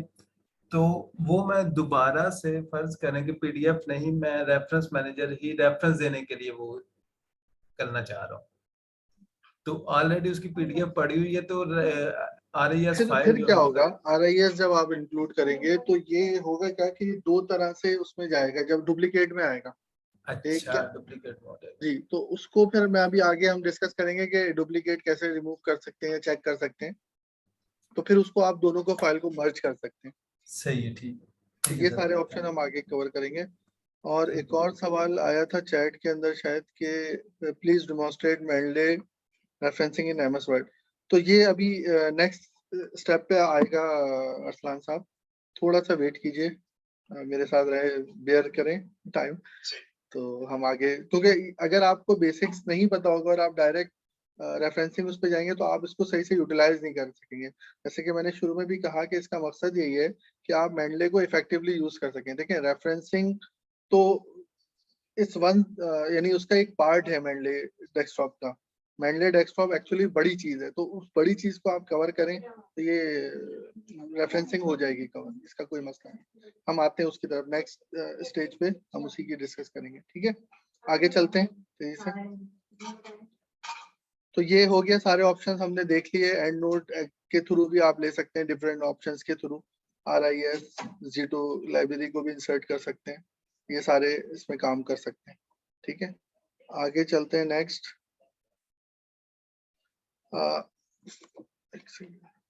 Mendel web importer. अच्छा, इसके अंदर मेंडले में एक और भी ऑप्शन है कि आप कोई भी पेपर को डाउनलोड कर सकते हैं, उसमें ऐड कर सकते हैं विदाउट गिविंग रेफरेंस। तो इसके लिए एक प्लगइन होता है मेंडले का, आप गूगल के ऊपर यानी ये आप अगर मेरी स्क्रीन पे देखें मेंडले वेब इंपोर्टर, तो मेंडले वेब इंपोर्टर आप डाउनलोड कर सकते हैं और उसका प्लगइन को आप ऐड कर सकते हैं। अब इसका फायदा क्या होगा, मेंडले वेब, मिसाल के तौर पे मैं जाता हूँ किसी वेबसाइट के ऊपर, मैंने कोई भी इस्लामिक फाइनेंसिंग ही लिखा। अब यहाँ पे जो भी मेंडले वेब जो है, आप देखें कुछ करने की कोशिश कर रहा है, रीड करने की कोशिश कर रहा है कि कौन कौन से पेपर अवेलेबल हैं। अब ये सारे पेपर अवेलेबल हैं, मैं इनमें से जो भी सेलेक्ट करूंगा ये पेपर खुद ब खुद मेरे मेंडले के अंदर ऐड हो जाएंगे। बात समझ रहे हैं? यानी अगर मैं इनको ऐड करूंगा, यहाँ से मैंने ऐड पे क्लिक किया सेलेक्ट ऑल करके, या सेलेक्ट ऑल नहीं किया, मुझे स्पेसिफिक्स वो करने, ये मुझे लगा कि ये मेरे काम का है, सॉरी ये पेपर मेरे काम का है, ये पेपर मेरे काम का है, ये पेपर मेरे काम का है, ये पेपर, तो इसको जब मैं ऐड करूंगा तो ये खुद ब खुद मेरे मेंडले के अंदर, मेंडले यानी क्लाउड पे, और क्लाउड के थ्रू मेरे मेंडले डेस्कटॉप पे भी ऐड हो जाएंगे एज अ रेफरेंस। और उसकी सिर्फ आप ये कह लें कि जिस तरह बिब्लियोग्राफी की तरह, सिर्फ उसका अगर PDF अवेलेबल है तो PDF, अगर नहीं है तो सिर्फ वो रेफरेंस ऐड हो जाएगा। जैसे ऐड करके देखते हैं, अब ये सिंक्रोनाइज हो रहा है, पहले क्लाउड के थ्रू जाएगा, फिर मैं उसको अपनी डेटाबेस को वो करूंगा, सिंक्रोनाइज करूंगा, तो ये पेपर मुझे यहाँ पे भी नजर आने लगेंगे। तो ये वेब इंपोर्टर है, इसको अब भी आप लोग डाउनलोड कर लें अगर करना चाहते हैं। लेकिन मेरा फिर भी वही आपको मशवरा है कि बेहतर है कि आप जो है वो इंडिविजुअली पेपर देख के करें, क्योंकि देख के करेंगे तो वो आप उसको आपको पता होगा कि आप क्या चीज डाउनलोड कर रहे हैं और क्या चीज इंपोर्ट कर रहे हैं मेडले में, तो उसको आप साइट भी करेंगे, यूज भी करेंगे, बजाय इसके कि आप इंपोर्ट कर लें बहुत सारी चीजें फिर आप उसको उस तरह से यूटिलाइज ना कर सकें जैसे होना चाहिए। लेकिन ये सिर्फ ऑप्शन आपको दिखाने के लिए मैं इसको करके दिखा रहा हूँ, ये क्योंकि मेरी डेटाबेस मैंने बताया बहुत बड़ी है, तो सिंक्रोनाइज होने में थोड़ा सा टाइम लगेगा ताकि आप देख सकें कि ये पेपर यहाँ हुए कि नहीं। अच्छा, अब ये कुछ पेपर्स आ रहे हैं, अब मुझे नहीं पता कि यही पेपर है कि नहीं, तो उसको चेक करने के लिए आप लेफ्ट साइड पे देखें रिसेंटली एडिट पेपर। तो रिसेंटली एडिट पेपर के अंदर ये कब हुए, 253 पे, तो यही वो पेपर्स हैं शायद।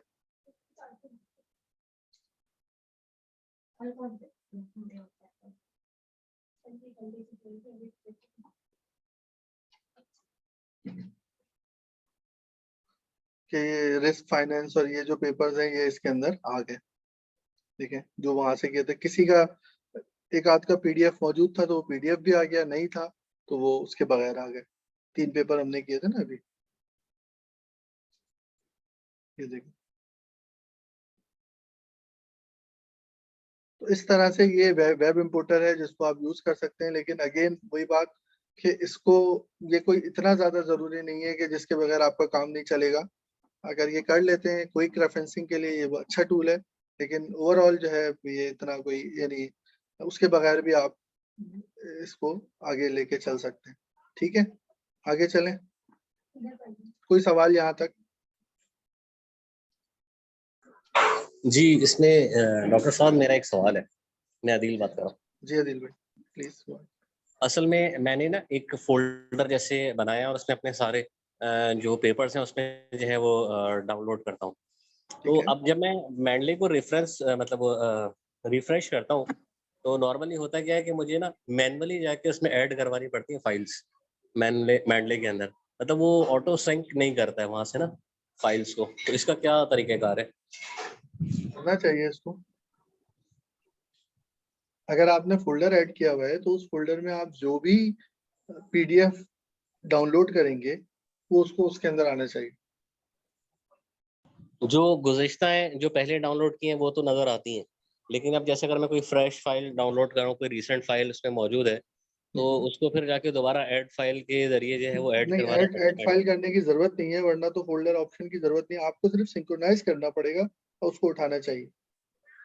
अच्छा, ये मेरे साथ प्रॉब्लम है। चलें मैं आपसे बाद में भी डिस्कस आप उससे, करूँगा इसको। हाँ वैसे कर लेंगे। अदिल भाई मेरे साथ ही बैठते हैं तो इसलिए कोई अदिल भाई को मैं पर्सनली भी गाइड कर सकता हूँ, कोई इशू नहीं है। वैसे ये फोल्डर ऑप्शन का मकसद ही ये है कि उस फोल्डर के अंदर जो भी आप पीडीएफ डाउन, अच्छा इसके अंदर एक चीज का एहतियात कीजिएगा कि पीडीएफ पेपर्स के ही हो। बाज़ औक़ात क्या होता है कि दूसरी चीजें भी हम फोल्डर में ऐड कर रहे होते हैं तो वो भी जो है मेडले के अंदर अपलोड हो जाएंगी, कि किसी का कोई और चीज है, मिसाल के तौर पे कोई और डॉक्यूमेंट है, कोई और चीज है, रिसिट है, कोई और चीज है पीडीएफ फॉर्मेट में, तो वो भी चीजें जो है वो मेडले इंपोर्ट करना शुरू कर देता है। तो इस बात का ख्याल रखिएगा कि जो फोल्डर आप इंपोर्ट कर रहे हैं वो स्पेसिफिकली आपके रेफरेंसिंग के लिए ही यूज हो या रीडिंग के लिए ही यूज हो, उस चीज को आप अपलोड करें, उस फोल्डर को अपलोड करें। जैसे बार बार क्या होता है कि हम, जैसे मेरे अभी आप जो देख रहे हैं पेपर जो डाउनलोड हो रहे हैं वो सीधा डाउनलोड फोल्डर के अंदर जा रहे हैं। अगर मैं डाउनलोड फोल्डर को लगा दूं, मेंडले से सिंक्रोनाइज कर दूं, तो उसका नुकसान क्या होगा कि कोई भी चीज मैं डाउनलोड करता हूँ वो डाउनलोड फोल्डर में जाएगी, तो वो उसमें कोई भी पीडीएफ होगा वो उसको जो है अपलोड कर देगा मेरे मेंडले क्लाउड के ऊपर या मेंडले डेस्कटॉप के ऊपर, जो कि अनवांटेड चीज होगी। तो इसलिए मैं इसको अवॉइड करने के लिए मैंने डायरेक्ट डाउनलोड नहीं किया हुआ, बल्कि मैं जो भी चीज करना चाहता हूँ रोज के रोज जितने भी रीडिंग पीडीएफ में डाउनलोड करता हूँ वो मैं अपनी अपलोड कर देता हूँ मेंडले के अंदर manually, instead of using direct folder. ठीक है, आगे चलें।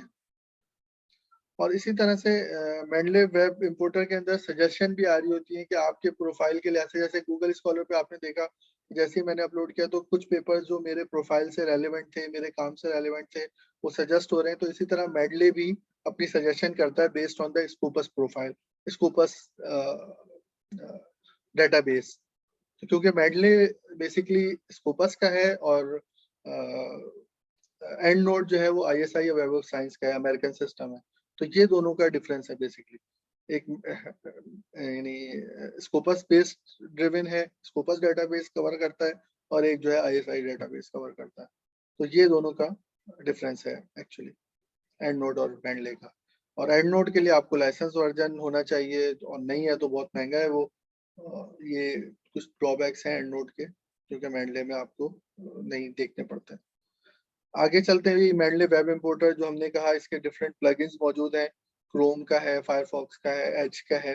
तो अगर आप इसको यूज करना चाहते हैं तो इसको आप डाउनलोड करें और आप इसको यूज कर सकते हैं, Mendeley Chrome Edge a web importer. मैं थोड़ा तेज लेके चलता हूँ क्योंकि आगे आपको असल भी सिखाना है कि रेफरेंसिंग कैसे करने से लोग चैट में भी सवाल कर रहे हैं। तो जो थोड़ी सी अनवांटेड चीजें उसको हम तेजी से स्किप करते चले जाएंगे। फिर हम अब आते हैं कि इसको सर्च कैसे करना, सिंक्रोनाइज कैसे करना है। जैसे कि मैंने पहले भी बताया था, किसी ने बीच में सवाल पूछा था कि जब डेटाबेस को आप सिंक्रोनाइज का बटन दबाएंगे तो आपका क्लाउड और डेस्कटॉप जो है वो इंटरलिंक हो जाएगा, और जो डाटा आपके क्लाउड पे मौजूद है वो डाटा आपके इस पे भी आ जाएगा, और यहाँ से डाटा क्लाउड पे अपलोड हो जाएगा, और आपकी लाइब्रेरी जो है सिंक्रोनाइज हो जाएगी, अलाइन हो जाएगी। ठीक है, तो ये सिंपल सिंक्रोनाइजेशन का ऑप्शन है, synchronize your library with Mendeley web. तो मेंडले वेब और ये दोनों चीजें इंटरलिंक हो जाएंगी, और जो नए पेपर आपने अपने डेस्कटॉप में डाले हैं वो आपके क्लाउड पे भी आ जाएंगे, या क्लाउड पे अगर आपने इंपोर्ट किए हैं और वो इधर आ जाएंगे आपके डेस्कटॉप पे। ठीक है, यहाँ तक सबको क्लियर है, खासतौर पर सिंक्रोनाइजेशन।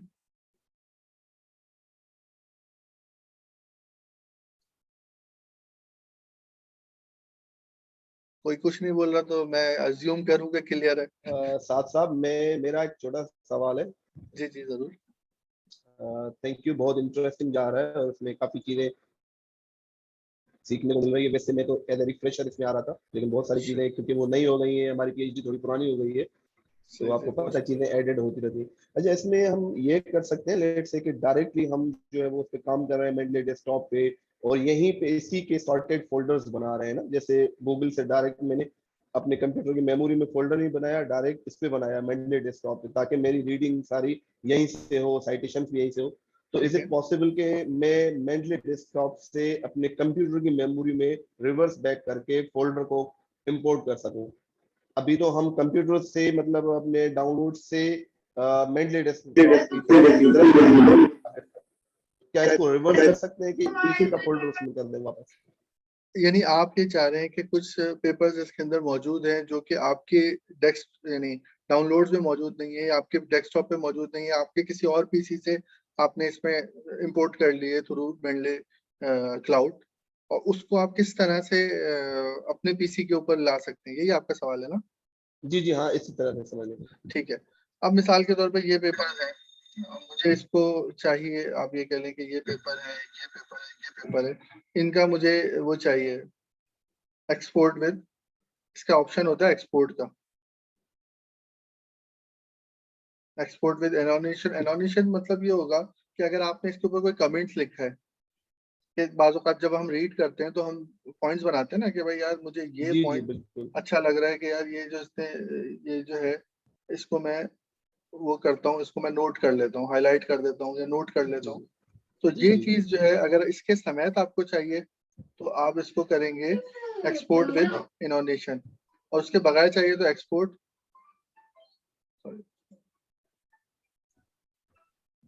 PDF with annotation. तो ये PDF आपका जहां पे भी आप चाहेंगे वहां पे एक्सपोर्ट हो जाएगा। बहुत शुक्रिया, गॉट इट। जो आप चाह रहे हैं ना कि जो भी PDF आपको डाउनलोड करना है अपने पीसी में, तो वो इस तरह से हो जाएंगे सिंपल ऑप्शन के ऊपर। आप क्लिक करेंगे, जो भी आपको चाहिए सेलेक्ट ऑल करेंगे, एक्सपोर्ट PDF विद एनोटेशन, तो वहां पे जहां पे भी आप चाहेंगे वहां पे ये डाउनलोड हो जाएंगे। ठीक है, जी जी बिल्कुल क्लियर हो गया, बहुत शुक्रिया। बहुत शुक्रिया। चलें आगे चलते हैं, लेट्स मूव ऑन। ये सिंक्रोनाइजेशन हो गया, अब हम आगे देखते हैं कि नेक्स्ट स्टेप क्या है, मैनेजिंग योर लाइब्रेरी। अभी हमने अपनी लाइब्रेरी सेटअप कर दी, हमने ये आ गया कि हमें डायरेक्ट लाइब्रेरी के अंदर ऐड कैसे करना है, उसको वेब के थ्रू कैसे ऐड कर सकते हैं, उसको सिंक्रोनाइज कैसे कर सकते हैं। अब लाइब्रेरी को मैनेज कैसे करेंगे। ठीक है, क्योंकि अब मुख्तलिफ चीजें आ रही हैं इसके अंदर, लाइब्रेरी बढ़ती जा रही है और उसको हमें संभालना कैसे, उसको इफेक्टिवली यूज कैसे करना है। अब इसके अंदर डिफरेंट चीजें हैं जिनको हमें समझना, अगर समझ लें तो बेहतर है। कि ये सबसे पहले तो ऑल डॉक्यूमेंट्स आ रहा होता है, जिसके अंदर हम जो है देख रहे होते हैं कि क्या क्या चीजें हैं। उसके अंदर रिसेंटली एडिट, जैसे मैंने अभी देखा कि मैंने जो इस्लामिक फाइनेंसिंग वाले पेपर जो डाउनलोड किए थे, मेरी डेटाबेस बहुत ज्यादा है, अगर मैं मैनुअली ढूंढने की कोशिश करूँ तो मुझे नहीं मिलेंगे। तो जो जो अभी हमने फौरन ऐड किए होंगे, रिसेंटली ऐड किए होंगे, 1-2 दिन के अंदर वो रिसेंटली एडिट के अंदर आ रहे होते हैं। उसके थ्रू हम जो है वो अपनी लाइब्रेरी को देख सकते हैं। फिर रिसेंटली रीड आर्टिकल, जो भी हम आर्टिकल पढ़ते हैं उसको भी हम रिसेंटली रीड के थ्रू देख सकते हैं। जी, ये वीडियो मेरा ख्याल है कि उबैद भाई जो है शेयर कर देंगे, और यूट्यूब पे भी अवेलेबल होगी, आई थिंक सो। तो ये अवेलेबल होगी वीडियो। सर यूट्यूब पे अगर है तो उसका लिंक जरूर भेजिएगा, क्योंकि यूट्यूब पे जरा प्रोफेशनली होगी ना, वो ज्यादा आसानी होगी समझने में। चलें जरूर। जी मेरी इंशाल्लाह रिकॉर्डिंग इंशाल्लाह अल इस्लाह फाउंडेशन के यूट्यूब चैनल्स पे होगी, इंशाल्लाह लिंक शेयर कर दिया जाएगा वकास में। ठीक है सर, थैंक यू। बहुत शुक्रिया। अच्छा, फिर इसके बाद रिसेंटली रीड, जो हमने अभी जो भी पेपर खोला होगा वो रिसेंटली रीड में आ रहा होगा, हम उसके थ्रू भी अपनी, क्योंकि बाद औक़ात जब हम पेपर लिख रहे होते हैं तो हम पेपर पढ़ते हैं, हम चाहते हैं कि उसको हम साइड करें, तो ये रिसेंटली रीड का ऑप्शन उसके लिए बहुत इफेक्टिव होता है कि आपको पता होता है कि आपने कौन सा पेपर कभी कब पढ़ा। क्योंकि जब अभी ये तो, अगर आपकी डेटाबेस छोटी है, 200-300 पेपर है, तो आपको याद होते हैं कि जो है फलाना पेपर मैंने पढ़ा और उसको मैंने वो करना है, उस तरह सर्च कर सकते हैं। लेकिन जब आपकी डेटाबेस बहुत ज्यादा बढ़ जाती है तो फिर आपको ये ऑप्शंस बहुत फायदा देते हैं, कि जिनको आप यूज करके अपना टाइम सेव कर सकते हैं। इसी तरह से फेवरेट का ऑप्शन है, जो कि जिन पेपर्स को आप फेवरेट करार देते हैं वो आपके उसमें आ रहे होते हैं एट अ ग्लांस, उसमें आप देख सकते हैं। और नीड रिव्यूज का मतलब ये होता है कि मेंडले फील करता है कि इसके अंदर जो इन्फॉर्मेशन है उसको आप क्रॉस चेक कर लें। मिसाल के तौर पे जब आप नया कोई पेपर डाउनलोड करते हैं और उसकी कुछ इंफॉर्मेशन मिसिंग होती है या उसको वो रीड नहीं कर पा रहा होता, तो ये ऑप्शन आपके सामने लाता है कि आप एक दफा क्रॉस चेक कर लें कि जो जो इन्फॉर्मेशन आपने मेंडले में अपलोड की है किसी स्पेसिफिक पेपर के बारे में, वो एक्यूरेट है कि नहीं, आप उससे सेटिस्फाई हैं कि नहीं। तो नीड रिव्यूज जहाँ पे आ रहे होते हैं वहां पे मेंडले को लग रहा होता है कि कुछ इन्फॉर्मेशन मिसिंग है या कुछ, क्योंकि बहुत सारे आपने देखा होगा सेक्शन है ना, एब्स्ट्रैक्ट का, टाइटल का, नेम का, ऑथर्स का, फिर उसके बाद ईयर्स का, वॉल्यूम का, वो बला बला बहुत सारे। तो DOI है वो, उनमें से कोई भी 2-3 चीजें मिसिंग होती हैं तो वो इसको कंफर्म कराना चाहता है। या आप जो रेफरेंस कर रहे हैं, मिसाल के तौर पर मेंडले ने एक रेफरेंस डाउनलोड किया, आपको पता है कि वो बुक चैप्टर का रेफरेंस है, लेकिन मेंडले ने बाय डिफॉल्ट उसको उठाया एज अ आर्टिकल। तो उसकी जब आप बिब्लियोग्राफी या साइटेशन जनरेट करते हैं तो उसके अंदर प्रॉब्लम आती है। तो उस सूरत में भी मेंडले जब कंफ्यूज होता है या उसको लगता है, क्योंकि AI बेस्ड चीजें चल रही होती हैं बैकएंड के ऊपर, ये खुद भी अपनी चीजों को वर्कआउट कर रहे होते हैं, चेक रख रहे होते हैं, तो उसके थ्रू आप यूज कर सकते हैं नीड रिवीजन, ताकि आप उसमें कंफर्म हो जाए, मेक श्योर कर लें कि आपने जो जो चीज डाउनलोड की है या जो आपका आर्टिकल है वो इफेक्टिव हालत में है या सही हालत में नहीं। फिर आप राइट साइड की तरफ आ जाएं तो यहाँ पे डिफरेंट ऑप्शंस है ऑथर, कि आप ऑथर का कॉलम है जिसमें ऑथर्स के नाम आ रहे होते हैं सारे, उनके थ्रू आप कोई चीज वो देख सकते हैं।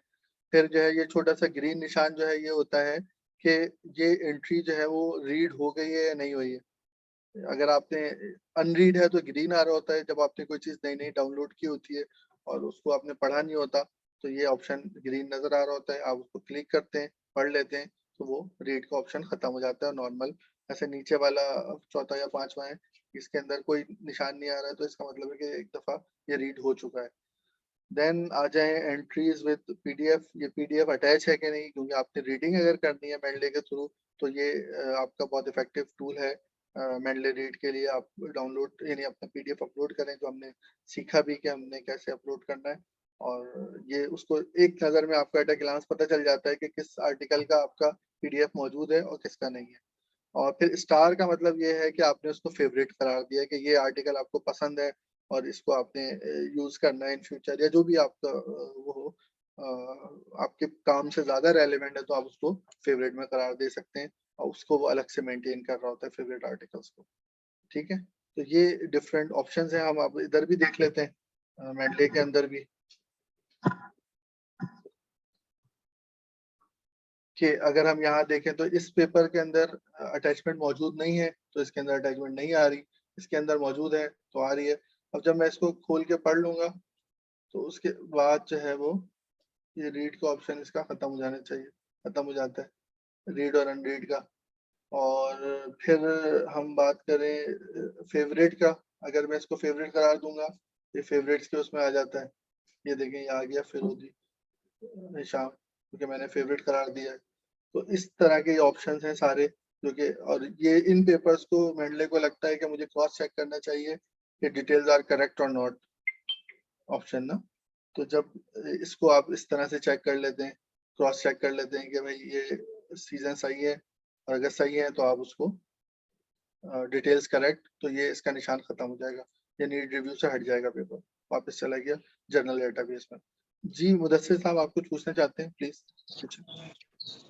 जी साद भाई, बहुत अच्छा इंफॉर्मेटिव सेशन है। मैं फेवरेट से रिलेटेड एक सवाल पूछना चाहता हूँ। जिस तरीके से हम उसके अंदर मेंडले के अंदर हम फोल्डर बना लेते हैं और हमारे पेपर उसके अंदर हम फोल्डर वाइज सिंक्रोनाइज कर लेते हैं, क्या हम फेवरेट, जैसे सपोज एक फोल्डर के अंदर हमारे कुछ पेपर हैं फेवरेट्स और दूसरे फोल्डर के अंदर कुछ पेपर फेवरेट हैं, तो क्या हम फेवरेट्स के अंदर भी जाके फोल्डर बना सकते हैं? कि सपोज एक फोल्डर हमने बनाया था कि भाई 10 पेपर ये हमारे फेवरेट हैं इस टॉपिक से रिलेटेड और 10 पेपर इस टॉपिक से रिलेटेड, तो क्या उसके अंदर हम फर्दर कैटेगराइजेशन कर सकते हैं फेवरेट्स के अंदर? मेरा ख्याल है कि नहीं, क्योंकि मैंने इतना यूज नहीं किया है या फिर प्रैक्टिकली। फेवरेट हमने किए वो सारे फेवरेट एक साथ? मेरा ख्याल है कि सारे फेवरेट एक ही जगह आएंगे, क्योंकि जो भी है इसके अंदर मुझे मुख्तलिफ उसके हैं जो मुझे नजर आ रहे हैं, डिफरेंट तरह के काम है। तो फेवरेट बस यानी वो ये होता है कि आप एक तरह से वहां तक पहुंच सकते हैं, और दूसरा ये कि अगर एक पर्टिकुलर उसमें भी आप फेवरेट बनाते हैं ना, तो उसमें भी आपको नजर आ रहा है ना कि ये फेवरेट है। जैसे मिसाल के तौर पे एक ये फोल्डर बने ना मुख्तलिफ पेपर्स पे मैंने काम किया लोगों के साथ, तो उनके पेपर्स एक पेपर के बाज़-औक़ात अलग रखने पड़ते हैं, तो ये वो फोल्डर हैं, ये भी पेपर्स हैं। अब अगर मैं इसको फेवरेट में डालता हूँ मिसाल के तौर पे गैस कंडीशनिंग पेपर को, तो इधर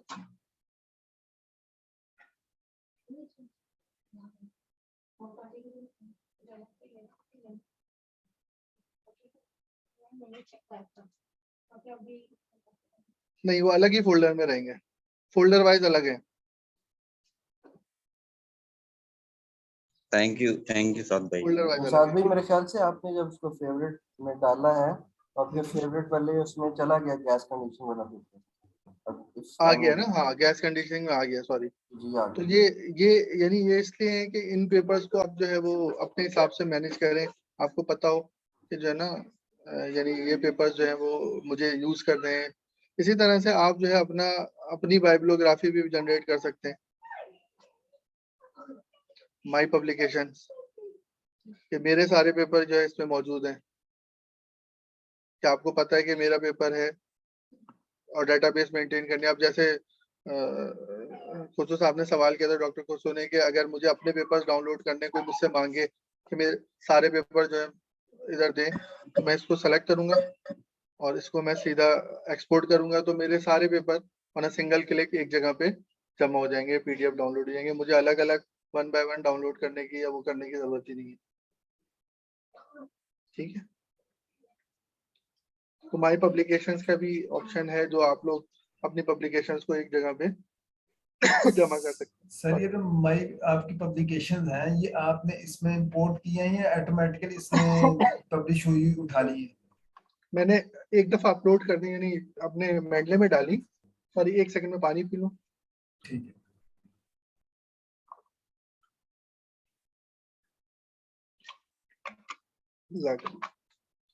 जी, एक दफा मेडले में डाली, उसके बाद यहाँ से मैंने खींच के यानी ऑल डॉक्यूमेंट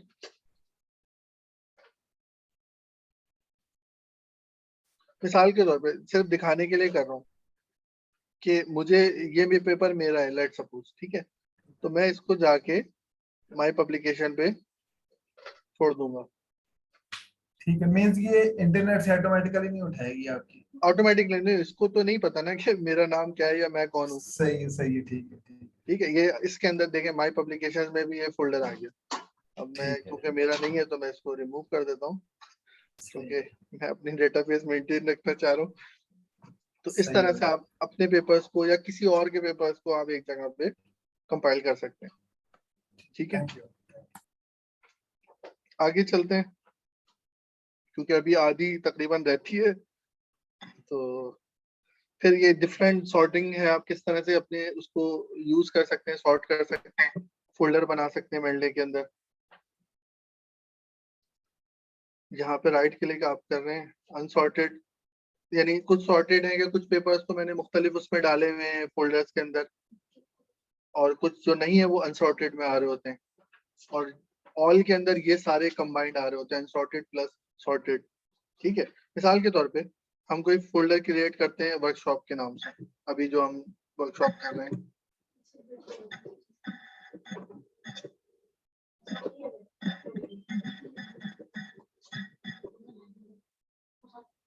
वर्कशॉप का फोल्डर हमने क्रिएट किया, और कुछ फोल्डर कुछ रिसेंटली एडिट जो हमने किए थे,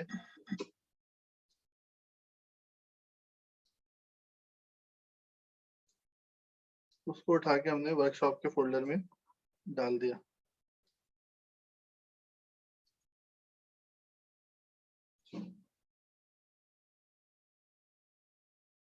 Recently added,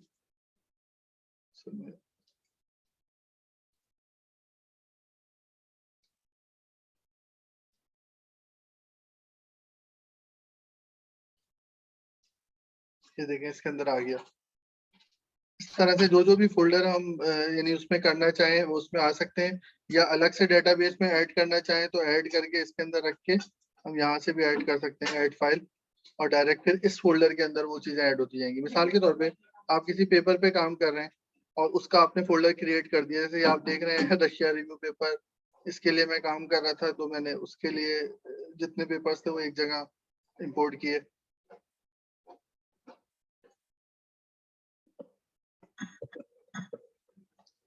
ठीक है, यहाँ से आप ऐड करके पूरा फोल्डर भी ऐड कर सकते हैं, इसी के अंदर जाएगा। राइट क्लिक किया, ऐड फाइल, तो जहां से जो पेपर आपने उठाना है, ऐड सपोज ये पेपर है,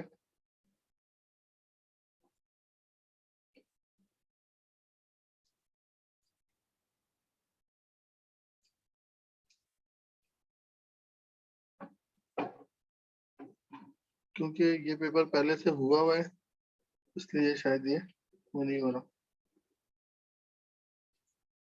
तो इस तरह से आप चीजों को ऐड कर सकते हैं अपने फोल्डर्स के अंदर। ठीक है,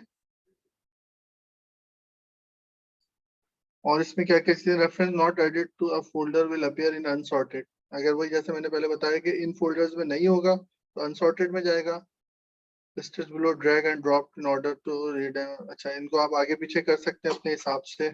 सर एक ही फाइल दोनों फोल्डर में जा सकती है? जा सकती है, ओके थैंक यू। जा सकती है, क्योंकि अब लाजमी बात है आप बार बार तो वो नहीं करेंगे ना डाउनलोड, वरना तो वो उसमें मसला होगा। जब आप साइट करते हैं तो एक दफा वो कोई एक फाइल उठाएगा, सेकंड टाइम कोई और फाइल उठाएगा, तो आपके सेम रेफरेंस 2-3 दफा डल सकते हैं। जी बिल्कुल ठीक है। जी मुदस्सिर साहब, इसको अभी हम आगे डिफरेंट जर्नल स्टाइल या रेफरेंसिंग के ऊपर आ रहे हैं, या अभी लाइब्रेरी सेटअप हो रही है, तो उसके फौरन बाद मेरा ख्याल है वही आएगा। ठीक है, इसको अभी हम डिस्कस करते हैं। अच्छा, लेट्स मूव ऑन। ये हो गया यूज क्रिएट फोल्डर, वही जैसे मैंने आपके सामने क्रिएट करके दिखाया, आप फोल्डर क्रिएट कर सकते हैं अपने हिसाब से और उसको यूज कर सकते हैं। फिर इसके अंदर सर्च और डॉक्यूमेंट, जो कि सबसे इम्पोर्टेंट चीज है रीडिंग पर्सपेक्टिव के अंदर, कि इसके अंदर आप बहुत मुख्तलिफ तरह से चीजों को वो कर सकते हैं। इसके अंदर क्या क्या ऑप्शंस हैं, सबसे पहले तो आप एंटर योर सर्च, सर्च को जो भी आपने कीवर्ड डालना है, कोई पेपर वो करना है और किसी मखसूस फोल्डर में करना है तो वो भी आप कर सकते हैं। Main view will be filtered accordingly. हाँ, use unclear button, search tool.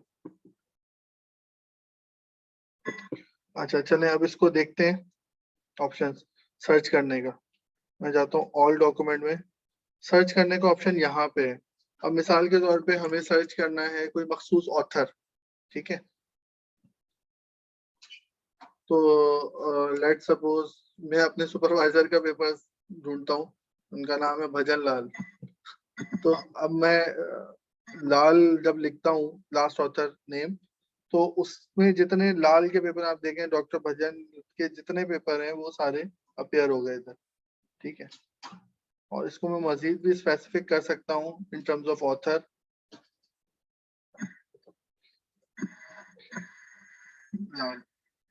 या फिर इन टर्म्स ऑफ टॉपिक भी कर सकता हूँ। टाइटल भजन लाल का टॉपिक गैस हाइड्रेट। तो अब भजन लाल के गैस हाइड्रेट के जो पेपर्स हैं वो सिर्फ सॉर्टेड आउट हो गए, देख रहे हैं, सारे पेपर भजन लाल के हैं और उसमें टाइटल गैस हाइड्रेट्स। तो अगर मुझे कोई मखसूस पेपर चाहिए और मुझे लगता है कि वो पेपर है 2019 का,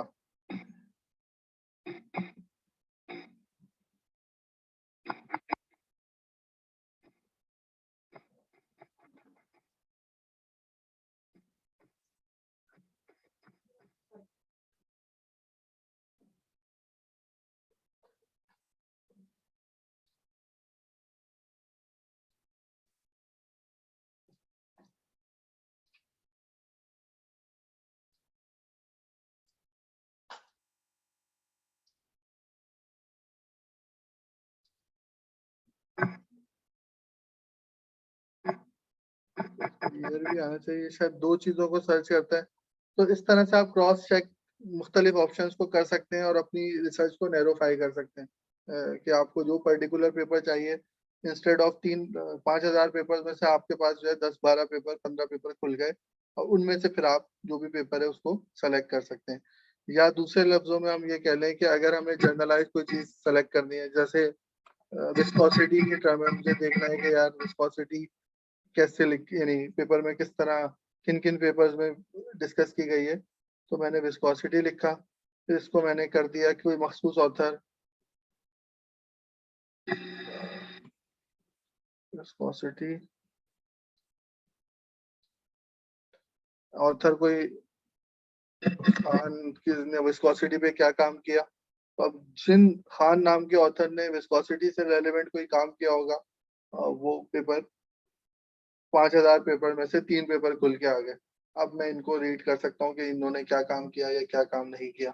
तो इस तरह से आप जो है उसको डिस्कस कर सकते हैं। जी हारिस, गैलेक्सी A20 सर, आपका कोई सवाल है प्लीज पूछें।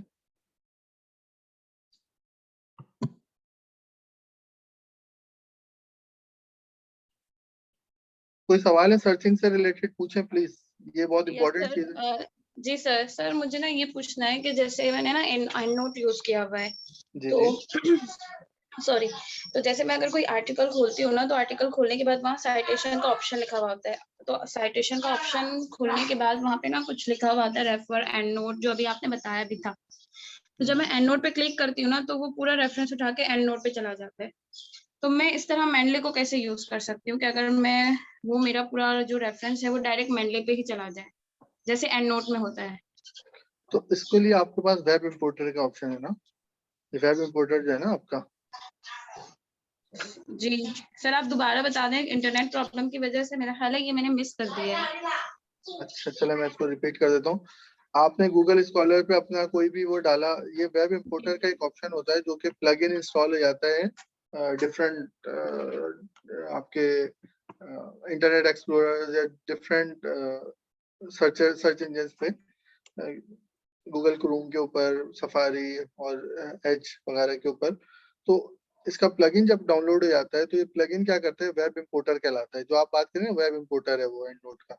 और ये इसी तरह से मेडले में भी ऑप्शन है कि आप कोई भी पेपर, आप इस पेज के ऊपर जितने भी पेपर आ रहे हैं उस पर आप क्लिक करेंगे, खोलेंगे वेब इंपोर्टर, तो ये सिंक्रोनाइज करके पेपर्स का ऑप्शन देगा कि इनको आपकी डेटाबेस में ऐड कर दूं कि ना करूं।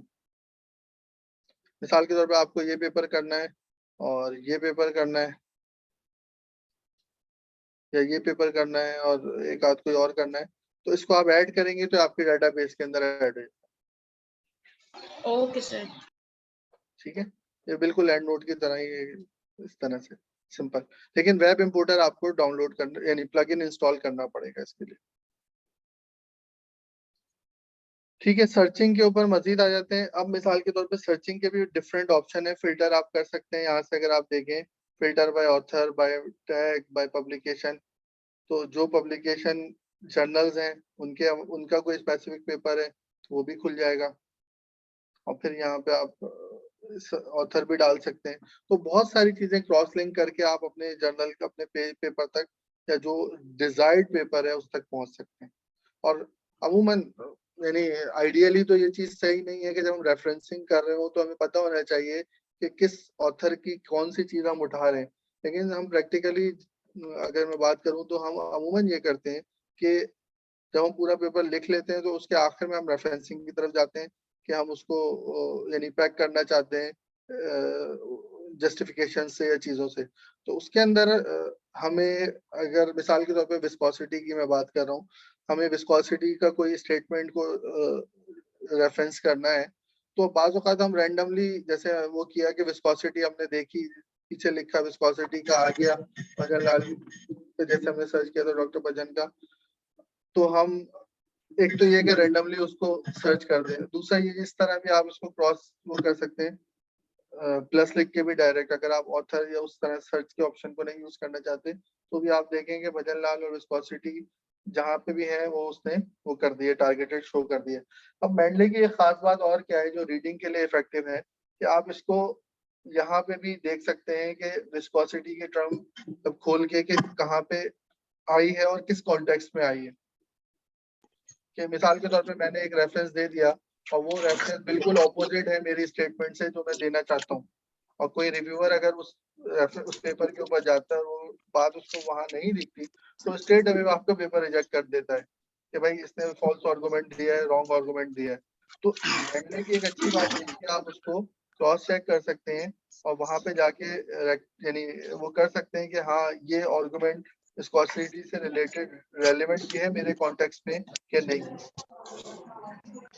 ठीक है कि भाई ये किस तनाजुर में बात कर रहे हैं, ड्रिलिंग मेट और रियोलॉजिकल में क्या विस्कोसिटी इफेक्ट कर रही है, मैं वही आर्गुमेंट दे रहा हूँ कि नहीं दे रहा। अगर नहीं है अवेलेबल तो मुझे इसको छोड़ के कोई दूसरा पेपर सेलेक्ट करना चाहिए जिसमें वो आर्गुमेंट मौजूद हो। बैठ जाओ। ठीक है, ये समझ में आया?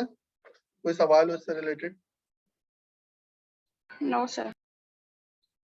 क्योंकि मैं अपना एक्सपीरियंस आपसे शेयर कर रहा हूँ कि मेरे पास, ये आप देख रहे हैं कि डेटाबेस के अंदर तकरीबन 4,500 आर्टिकल्स मौजूद हैं।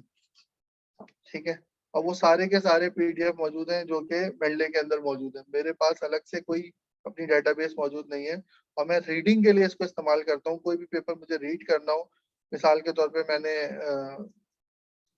हाइड्रेट से रिलेटेड कोई पेपर रीड करना है और मिसाल के तौर पे ऑथर मुझे पता है कि उसका ऑथर नशीद है। ठीक है,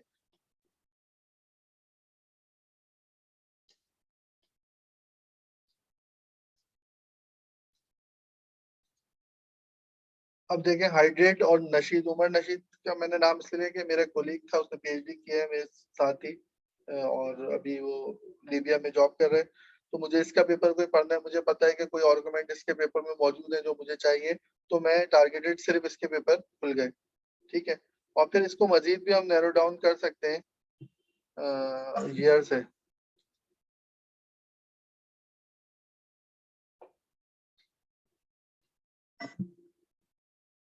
टू थाउजेंड नाइनटीन में शायद इसका कोई पेपर ही नहीं है। तो सर इसमें एक क्वेश्चन ये है कि अरबिक या कोई और लैंग्वेज, उर्दू या और कोई लैंग्वेज तो सर्च नहीं होगी? नहीं, मेरा ख्याल है कि नहीं होगी, ये इसकी लिमिटेशन है करेंटली। ठीक है, ठीक है, यानी आप ये देखें मैंने 3 कीवर्ड्स इसमें एट अ ग्लांस यूज किए हैं, एक हाइड्रेट, एक ऑथर और ईयर। तो ये अब क्या कर रहा है कि ये पर्टिकुलर ऑथर के पर्टिकुलर टॉपिक पे पर्टिकुलर ईयर के पेपर जो है मुझे दिखा रहा है। बात समझ रहे हैं कि आप अपनी रिसर्च, अपनी सर्च को बहुत ज्यादा नैरो यानी वो कर सकते हैं, नैरो कर सकते हैं और फिर उससे आप जो है जो भी अखज करना चाहते हैं वो कर सकते हैं। फिर आप उसको रीड करना चाहें, क्योंकि 5,000 में से आप ढूंढना शुरू करेंगे या आप नॉर्मली हम क्या करते हैं कि पीडीएफ के अंदर हमने रखा होता है, हम उसको ढूंढना शुरू करते हैं तो 15-20 मिनट हम सर्चिंग में सर्च करते हैं कि यार फलाना पेपर कहाँ पे था, कौन सा था, ठीक है ना। तो ये चीज आप बहुत इफेक्टिवली बचा सकते हैं और अपनी प्रोडक्टिविटी इसकी वजह से इंक्रीज कर सकते हैं अगर आप मेंडले को प्रॉपर रीडिंग के लिए इस्तेमाल करते हैं, ठीक है। साथ में एक मिनट, वो अभी एक साथी ने पूछा था उर्दू या अरबी वगैरह सर्चिंग का, तो इत्तेफाक से मेरे लैपटॉप में उर्दू इंस्टॉल है, तो अच्छा। उर्दू में सर्च हो रहा है। मैंने सूद का वर्ड लिखा और उसके सही। बाद सेम इसी उसमें तो ये सर्च हो रहा है। चलें, ये तो बहुत अच्छा है, क्योंकि मुझे इत्तेफाक है कि कभी इत्तेफाक ही नहीं हुआ कि उर्दू सर्च करें सारे जी जो है जी, वो। असल में हम लोगों की तो फील्ड है ना, तो जी इसलिए जी थोड़ा जी, सा। ठीक है, ये ठीक है और सर, मुफ्ती जुबैर साहब बहुत शुक्रिया। जज़ाक। ठीक है, आगे चलते हैं। ये हो गए सारी चीजें कि पीडीएफ आपने सर्च कैसे करना है अपनी डेटाबेस के अंदर। अच्छा साथ साथ यहाँ पे एक छोटा सा सवाल है जी जी सर्चिंग के हवाले से। वो ये कि ये तो हम अभी अपने डेटाबेस जो हमारा वेब इस पे डेस्कटॉप है उसी में से सर्च कर रहे हैं ना, तो क्या हम इस पे डेस्कटॉप पे ऑनलाइन सर्चिंग कर सकते हैं? लेट से कि मैं मेरे जो फोल्डर्स हैं वो ना हो बल्कि डायरेक्टली मैं मेंडले से कर सकते मतलब हैं। डेटाबेस जो जी जी, एक्सटर्नल है उनको सर्च कर सकते हैं? बिल्कुल इज इट कर पॉसिबल? जी जी बिल्कुल। ओके। ये मेंडले में सर्च का ऑप्शन आ रहा है। ये मेंडले के जो ओरिजिनल वो है ना, ये अभी मेरा ख्याल है आगे आएगा ये ना ऑनलाइन सर्चिंग का एंड में। ठीक है ठीक है ठीक है, ओके बहुत शुक्रिया। ठीक है, नेक्स्ट चलते हैं सर्च और डॉक्यूमेंट। वही जैसे मैंने अभी बताया, इसको तो हमने कर लिया ना कवर, कि कैसे आप अपने डॉक्यूमेंट तक पहुंचेंगे, सर्च करेंगे। फिल्टर मेन्यू डिफरेंट है, आप उसको सर्च के अंदर 2-3-4 कीवर्ड लगा के भी सर्च कर सकते हैं ताकि आप मखसूस पेपर तक इफेक्टिवली पहुंच जाएं। फिर आ जाए चेक फॉर डुप्लीकेट। ये भी इम्पोर्टेंट इससे तनाजुर में होता है कि आप बाज़ औक़ात, जैसे किसी ने पहले भी सवाल किया था कि एक पेपर मैंने डाउनलोड किया, 6 महीने बाद मुझे याद नहीं था, मैंने दोबारा उसको डाउनलोड कर दिया या उसका वेब इंपोर्ट कर दिया, डाउनलोड करके मेरे डेटाबेस में आ गया, तो सिमिलर रेफरेंस 2 दफ़ा मौजूद है। और जब आप उसको साइट करते हैं पेपर के अंदर, आर्टिकल के अंदर, तो बाज़ औक़ात क्या होता है कि एक दफ़ा वो एक उसको उठाता है सर्चिंग के अंदर और अगली दफा आपने जल्दी में दूसरे को सर्च में रेफरेंस को साइट कर देते हैं। तो उस सूरत में क्या होता है कि सिमिलर रेफरेंस 2 दफा नंबर में आ रहा होता है और एडिटर्स ये देखते हैं तो बड़ा यानी बुरा मनाते हैं और आपको कहते हैं कि आप फॉर्मेटिंग दोबारा करें, ये करें, वो करें। तो इस चीज को अवॉइड करने के लिए एक टूल है check duplicates, check for duplicates, ठीक है। आपने इस पे क्लिक किया तो मेंडले ने ये कुछ चीजों को उठा लिया, उसको लग रहा है कि ये पेपर्स जो है वो 2-3 दफा मौजूद है,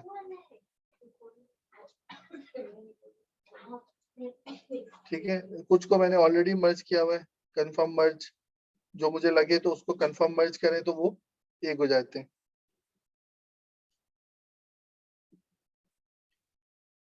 ठीक है। ये इधर कंफर्म मर्ज का ऑप्शन आ रहा है, जब आप इस पर क्लिक करेंगे तो ये मर्ज हो जाएगा और इस तरह का ऑप्शन हो जाएगा कि 2 पेपर मिले में instead of PDF.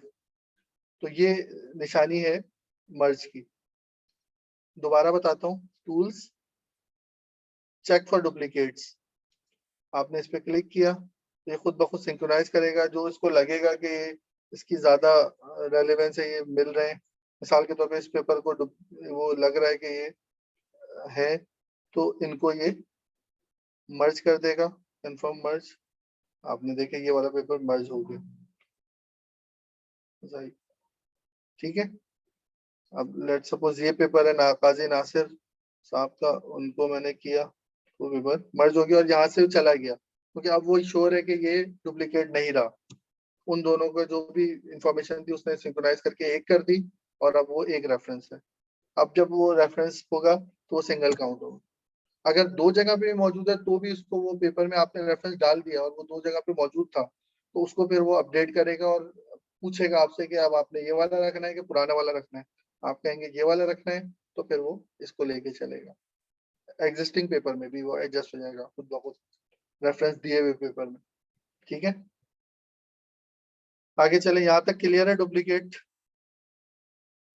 Excuse me, मेरा एक क्वेश्चन है जी कि डुप्लीकेट अगर 2 फाइल्स हैं, दोनों को हमने ऐसा भी चांस हो सकता है ना कि एक दफा इंपोर्ट की फिर दूसरी दफा की काफी अरसे बाद ना, तो दोनों के पीडीएफ को हमने रीड भी कर लिया ना, तो चीजें हाईलाइट कर ली, ठीक है। तो किसी एक में एक पैराग्राफ किया होगा, दूसरी में किया होगा दूसरा पैराग्राफ, मर्ज तो कर देगा, सब मर्ज कर देगा। मर्ज करेगा तो वो जो मर्ज करके एक फाइल बनेगी, जी तो उसमें फिर वो दोनों पैराग्राफ हाईलाइटेड वाले होंगे या मेरा एक ख्याल है होगा? दोनों होंगे, दोनों ओके, होंगे। ठीक है, ठीक है, थैंक यू सो मच। ठीक है, आगे चलते हैं क्योंकि टाइम थोड़ा मेरा ख्याल है कि लिमिटेड है और हम अभी उस पे आए भी नहीं है रेफरेंसिंग के ऊपर, जो कि लोग ज्यादा इंटरेस्टेड होंगे उसमें। ठीक है, चेक फॉर डुप्लीकेट हो गया। साथ भाई एक तजवीज थी मेरी, माशाल्लाह आपका बहुत जबरदस्त ये वर्कशॉप चल रही है, और ये वर्कशॉप जैसे काम साथ साथ हम कर रहे हैं इसको, तो अगर इस तरह करें कि अगर हम इसको किसी स्टॉप पे, मुनासिब स्टॉप पे आप स्टॉप कर लें, और अगले महीने जैसे हमारी हर महीने ये अल इस्लाह फाउंडेशन का स्टूडेंट एड कमेटी की हर महीने तीसरी सैटरडे को ये तरतीब होती है, तो अगले महीने हम कंटिन्यू भी कर लें।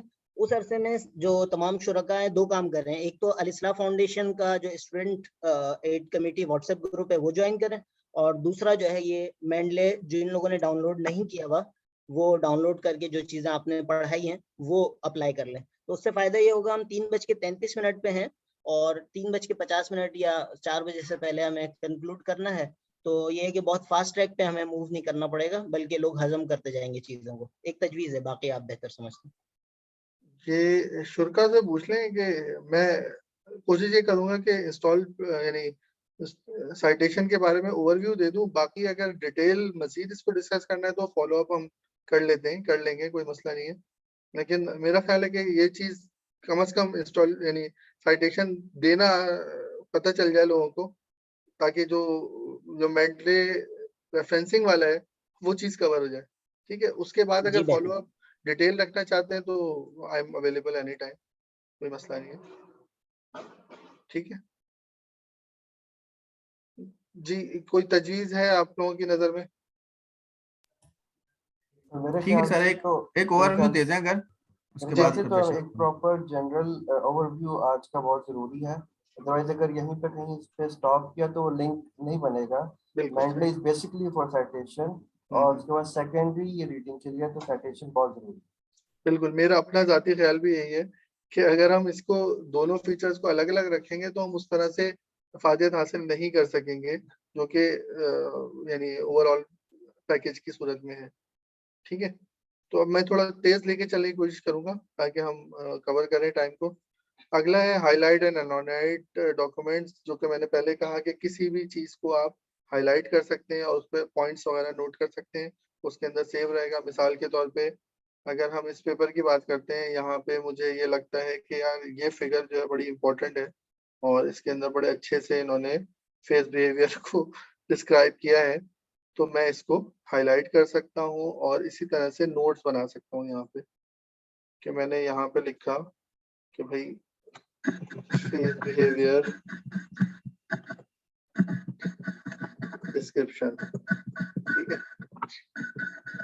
कि भाई मुझे याद रहेगा कि भाई फेस बिहेवियर यहाँ पे बहुत अच्छा है और इसकी डिस्क्रिप्शन मौजूद है, तो मैं इसको नेक्स्ट टाइम लेके चल सकता हूँ।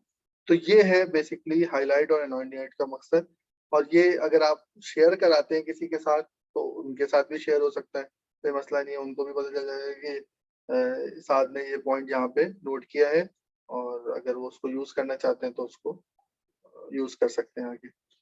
ठीक है, तो ये बेसिकली इसका मकसद है कि आप नोट शेयरिंग कर सकते हैं, इस तरह हम रीडिंग के दौरान करते हैं, हार्ड कॉपी के ऊपर पॉइंट्स बना के हाईलाइट करके यार ये चीज इफेक्टिव है, इसको हमें इस तरह से करना चाहिए। रेक्टेंगल पूरा पैराग्राफ करना चाहते हैं, पूरा पैराग्राफ हाईलाइट हो जाएगा। ठीक है, तो ये ऑप्शन है 2 इनके, जो कि हम इफेक्टिव रीडिंग के लिए इस्तेमाल कर सकते हैं, और इसको सेव खुद ब खुद ये सिंक्रोनाइज हो जाता है आपकी डेटाबेस में। मेरा ख्याल इसमें यही मेन चीजें, यही आप देखें अगले उसमें ये बता रहे हैं हाईलाइट और अनहाइलाइट।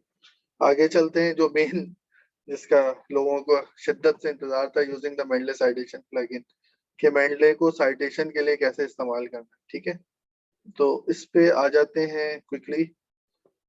अच्छा, इसके लिए आपको मेंडले टूल के अंदर जाके ये जो वेब इंपोर्टर वाला जो था प्लगइन, इसको भी आप इंस्टॉल कर सकते हैं। और इसको इधर टूल्स के अंदर एमएस वर्ड प्लगइन, इसको पहले इंस्टॉल कर लें, तो ये क्योंकि ज़रूरी है। इस पे क्लिक कर लें ताकि आगे जो मैं करूँ तो यानी वर्ड के अंदर कैसे सिंक्रोनाइज करना है, रेफरेंसिंग देनी कैसी है, वो इसके थ्रू आएगी। ठीक है, तो अब हम चलते हैं उसकी तरफ, वर्ड के ऊपर कैसे इसको साइड करना है।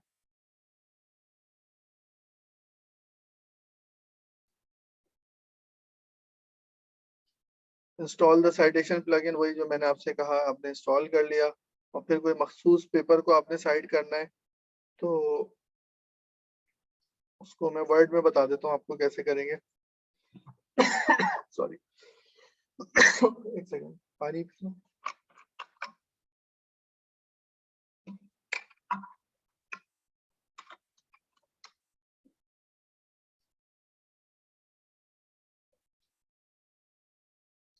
ये एक पेपर, कोलैबोरेटिव पेपर है, लेट्स सपोज इसमें मुझे अगर कुछ साइड करना है। ठीक है, सबसे पहले जब आपने ये वर्ड प्लगइन इंस्टॉल किया है मेंडले का, टूल्स में जाके इंस्टॉल, मेरा इंस्टॉल है तो ये अनइंस्टॉल का ऑप्शन आ रहा है, आपका इंस्टॉल नहीं होगा तो इंस्टॉल का ऑप्शन आएगा। अनइंस्टॉल यानी अगर पहले से प्लगइन इंस्टॉल नहीं है तो इंस्टॉल का ऑप्शन आएगा। ठीक है, आपने इंस्टॉल कर लिया, प्रिज्यूमली आपने कर लिया होगा, तो फिर आप जाएंगे रेफरेंसिंग के अंदर और वहां पे आपको ये एक टैब मेंडले की रेफरेंसिंग के अंदर खुल जाएगी। ये इसका प्लगइन है। ठीक है, यहाँ तक सबका इंस्टॉल हो गया है, समझ आ रहा है?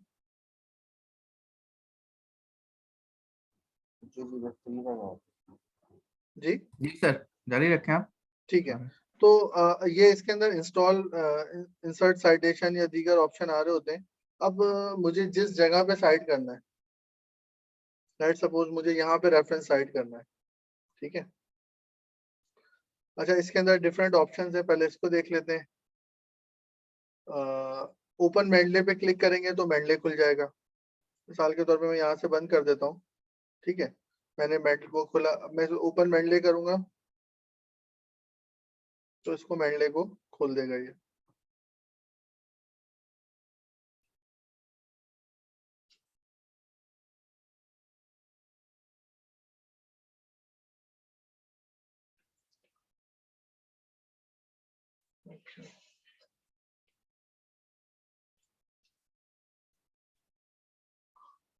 ठीक है, ये इसने मेंडले खोल दिया। ओपन मेंडले से कि आपने मेंडले के थ्रू करना है, रेफरेंस देना है तो आप यहाँ पे दे सकते हैं, और नहीं करना आपने डायरेक्ट देना है तो आप इधर आए, जिस जगह पे भी आपने रेफरेंस देना है, इधर लेट्स सपोज देयरफॉर के आगे, जस्ट फॉर चेकिंग आप इंसर्ट साइटेशन पे गए।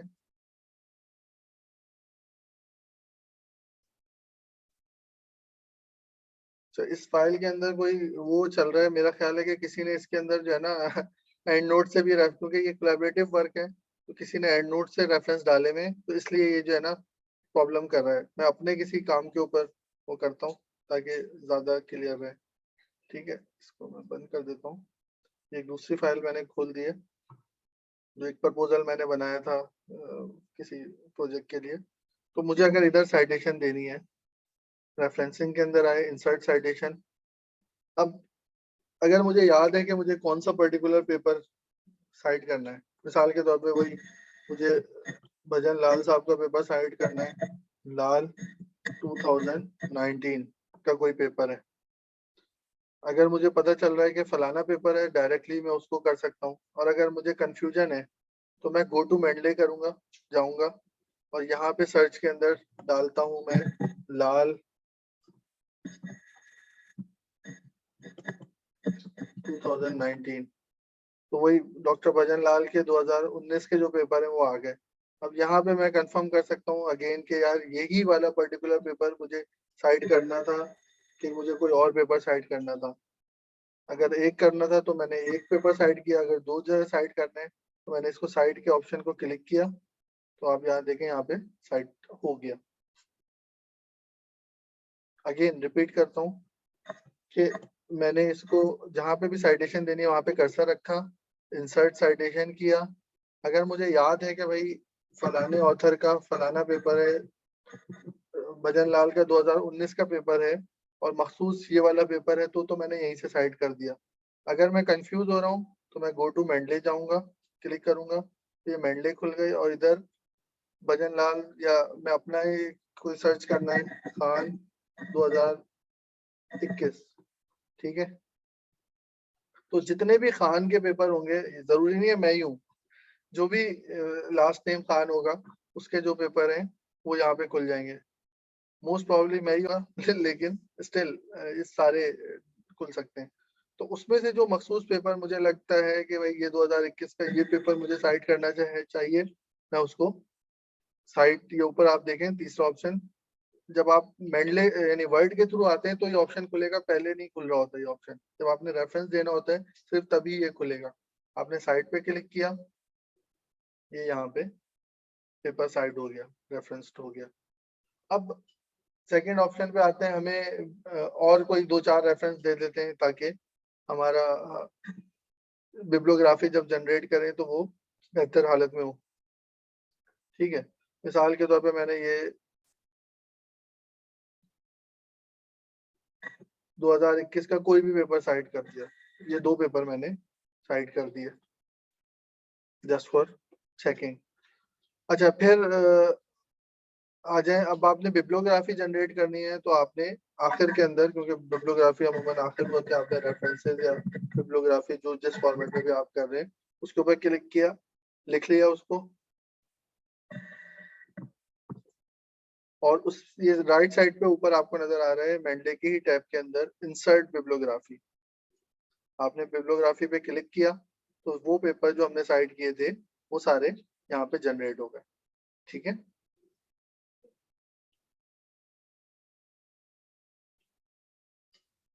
जी हारिस साहब, आपका कोई सवाल है? प्लीज बिला झिझक सवाल कर लें। जी सर, क्वेश्चन मेरा ये है कि ये आप जो है अपना माइक्रोसॉफ्ट के सॉफ्टवेयर से बता रहे हैं, तो मैं गूगल यूज़र हूँ, गूगल डॉक्स वगैरह में इस्तेमाल करता हूँ, तो उनके ऊपर मेरे लिए अपना क्या नाम है, उनके लिए मेंडले का कोई ऑप्शन अलग है या फिर वहाँ पे भी एज इट इज ऐसे चलेगा जैसे यहाँ चल रहा है? देखिए, उसका तो शुरू के अंदर जो यानी प्रेजेंटेशन में भी था कि डिफरेंट प्लेटफॉर्म्स पे इनका है, तो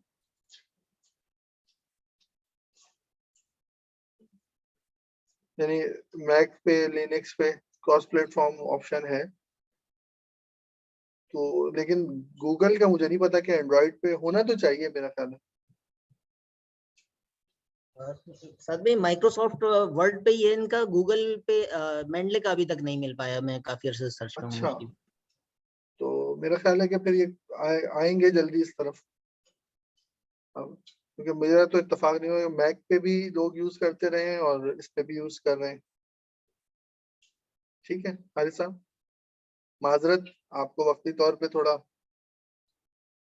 उठाना पड़ेगा टाइम, यानी लॉस उठाना पड़ेगा, लेकिन उम्मीद है कि जल्दी इस पे भी ये आ जाएंगे, ठीक है। Okay sir, thank you.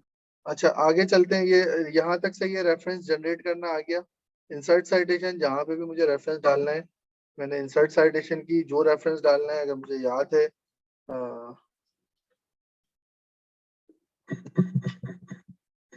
Ali Qasim एक मेरा कोलीग है, मुझे उसका नाम पता है, उसके पेपर्स पता है, तो मैं उसका पर्टिकुलर पेपर, ये रिव्यू पेपर है, उसको मुझे साइट करना है रिस्पेक्टिव, तो मैंने इसको डायरेक्ट क्लिक किया, और कोई और मजीद रेफरेंस यहाँ देना है या नहीं देना तो ओके। गो टू मेंडले का मैंने आपको पहले बता दिया, आपने ओके किया तो यहाँ पे वो रेफरेंस आ गया जो हमने सेलेक्ट किया था, और आप यहाँ देखें चौथा नंबर पे बिब्लियोग्राफी जनरेट हो गई।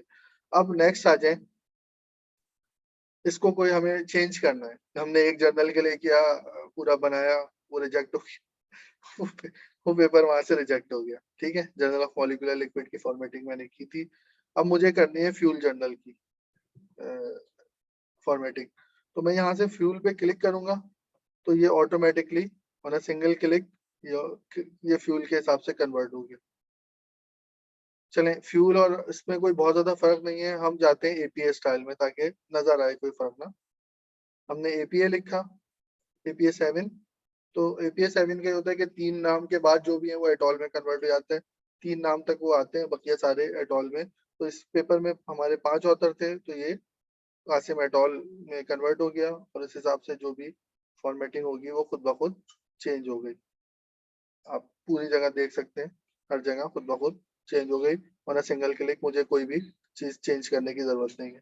इसी तरह से मैं चेंज करता हूँ शिकागो मैनुअल, शिकागो में चेंज हो गया। IEEE स्टाइल, तो ये 1 2 3 के फॉर्मेट में आ गया इस तरह से। ठीक है, तो अब यहाँ तक क्लियर है।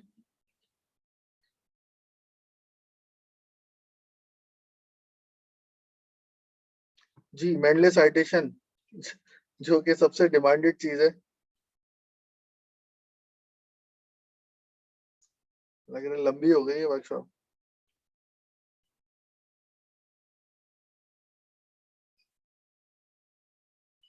जी, कोई क्लियर है, चलें, जज़ाकल्लाह।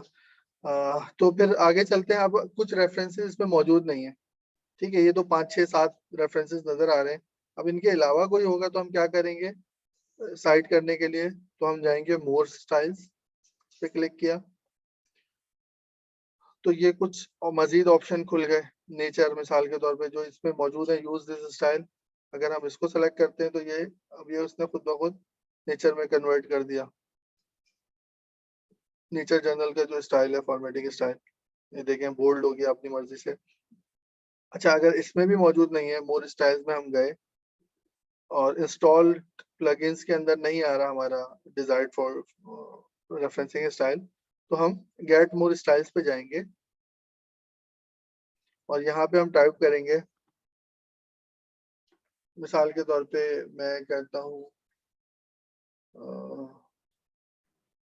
कोई जर्नल बताएं, चैट में लिख दें।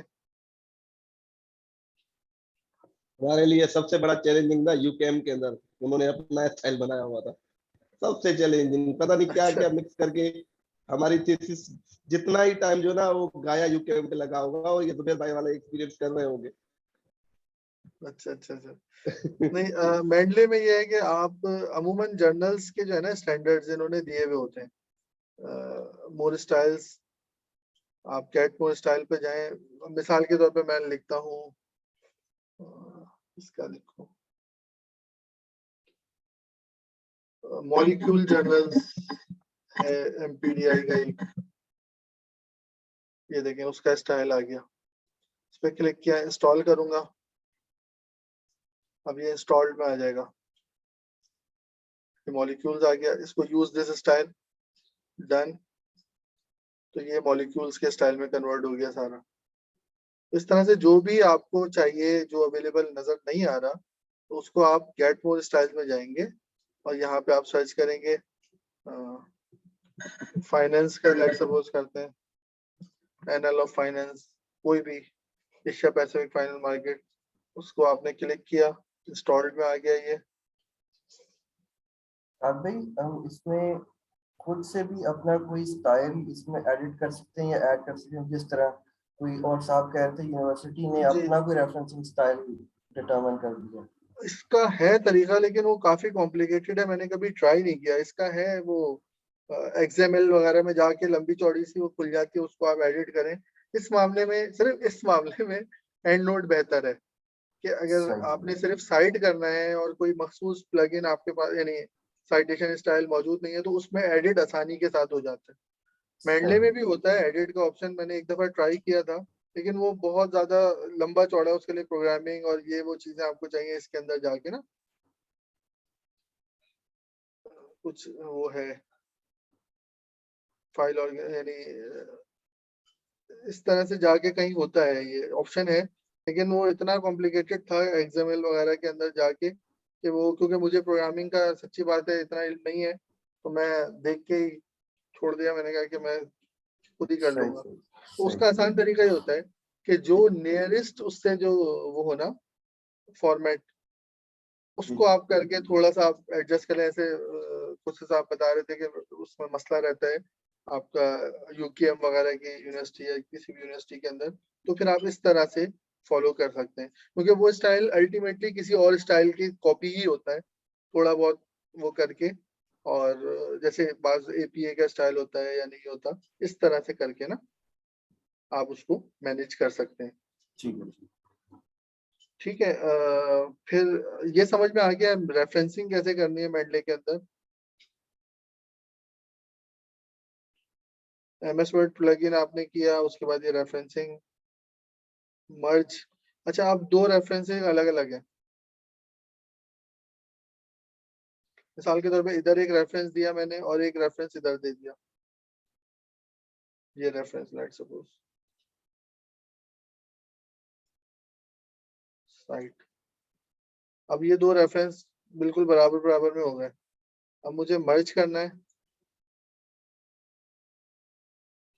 मर्ज साइटेशंस। ये ऊपर देखें, साइटेशन की जगह मर्ज साइटेशन का ऑप्शन आ रहा है, मर्ज साइटेशन की, तो ये दोनों 1 2 इकट्ठे सिंक्रोनाइज हो गए।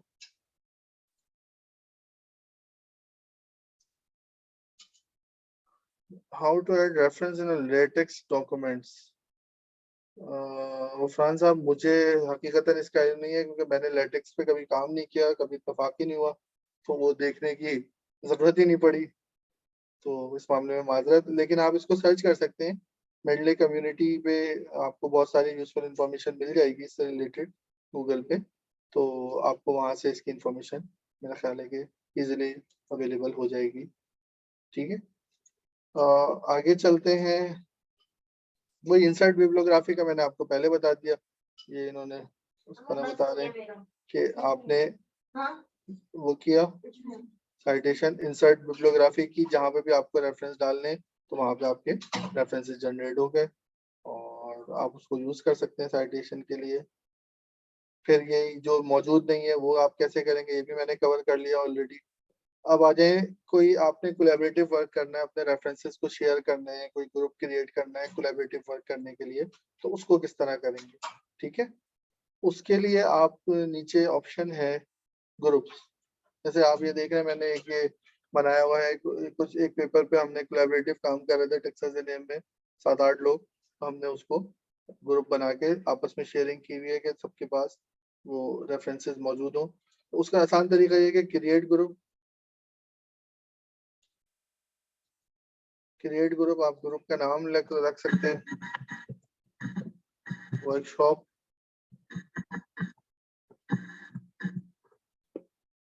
और क्रिएट ग्रुप किया आपने। अब यहाँ पे ईमेल एड्रेसेस जिनका है, उन यानी जो मेडले का ईमेल एड्रेस है जिसपे आपने मेडले अकाउंट बनाया है, वो आपको मालूम होना चाहिए जिसपे लोगों का हो, तो आपने वो ईमेल एड्रेसेस यहाँ डालेंगे, सेंड इनवाइट्स भेजेंगे, तो उनके पास ईमेल आ जाएंगी कि भाई आपको यानी ग्रुप शेयरिंग की वो आई है, ऑप्शन आई है, और जो जो पेपर फिर इस ग्रुप के अंदर मौजूद होंगे तो वो अफराद उसको रीड कर सकते हैं और उसको यूज कर सकते हैं इफेक्टिवली। ठीक है, ये मैं क्विक लेके चल रहा हूँ क्योंकि हमारे पास टाइम 3-4 मिनट ही रह गए, तो इसको आप शेयरिंग के लिए और कोलैबोरेटिव वर्क के लिए बहुत इफेक्टिवली इस्तेमाल कर सकते हैं मेनली शेयरिंग ऑप्शन को। और उसमें फिर आगे यही आएगा कि कैसे आपने वो किया, और फिर ऐड डॉक्यूमेंट्स उसी तरह से कि आपने उस ग्रुप में कोई भी डॉक्यूमेंट शेयर करना है तो आप उसके अंदर शेयर करें, पहले लोगों को ऐड कर लें फिर उसमें शेयर करें जो भी, तो उसके अंदर ऐड हो जाए। ठीक है,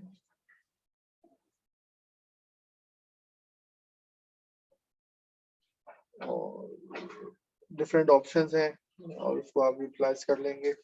और फिर आप आ जाए आगे, प्राइवेट ग्रुप, वही कोलैबोरेटिव, उसके अंदर आप अपना शेयर वर्क कर सकते हैं, कमेंट्स लिख सकते हैं, सब चीजें कर सकते हैं जिस तरह हम इंडिविजुअल यूजर के तौर पे यूज करते हैं। तो इस ग्रुप में जो भी कोलैबोरेटिव वर्क में जो भी कमेंट करेगा वो एक दूसरे के साथ शेयर्ड होगा और उसको आप देख सकते हैं और यूज कर सकते हैं एक दूसरे को समझाने के रिस्पेक्टिव में। फिर ये देख लें कि न्यू रिसर्च रिकमेंडेशन या इम्पैक्ट, वही कि आप उसको किस तरह देख सकते हैं। तो आप मेडले की अपने उस पर जाते हैं, मेडले के इंटरफेस के ऊपर, मेडले वेब के,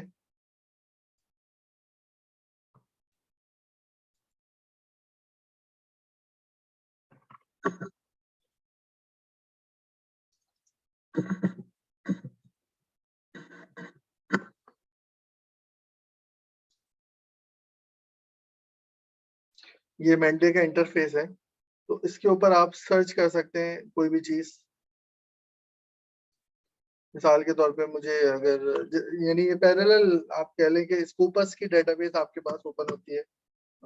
मैं बात करता हूँ विस्कोसिटी की, तो अब ये विस्कोसिटी से रिलेटेड मुख्तलिफ पेपर्स आ गए।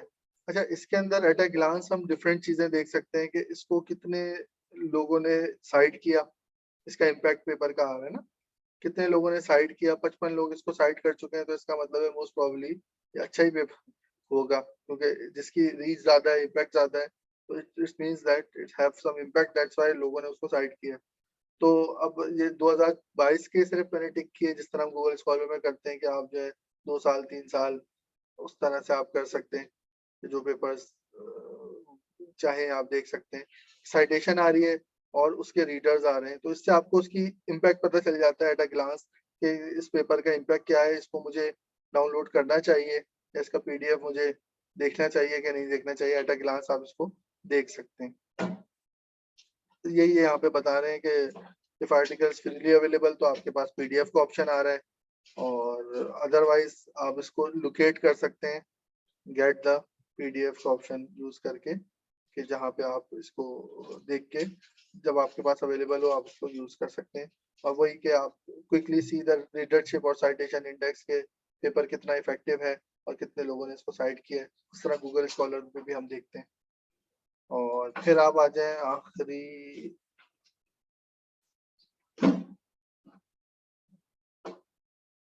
तो कि मजीद अगर इसके बारे में कोई इंफॉर्मेशन वगैरह चाहिए तो आप गूगल यानी मेंडले हेल्प या मेंडले गाइड्स के अंदर जाके आप देख सकते हैं, और मेंडले गाइड का ये लिंक मौजूद है, तो इसके थ्रू आप जो है, मैं इसको शेयर कर देता हूँ, तो मजीद इंफॉर्मेशन अगर आपने इसके बारे में देखनी हो इसको हम कर सकते हैं यूज मेंडले साइट, ताकि मजीद रीडिंग के लिए अगर आपने कोई चीजें चाहिए हो। ये चैट पे आ गया।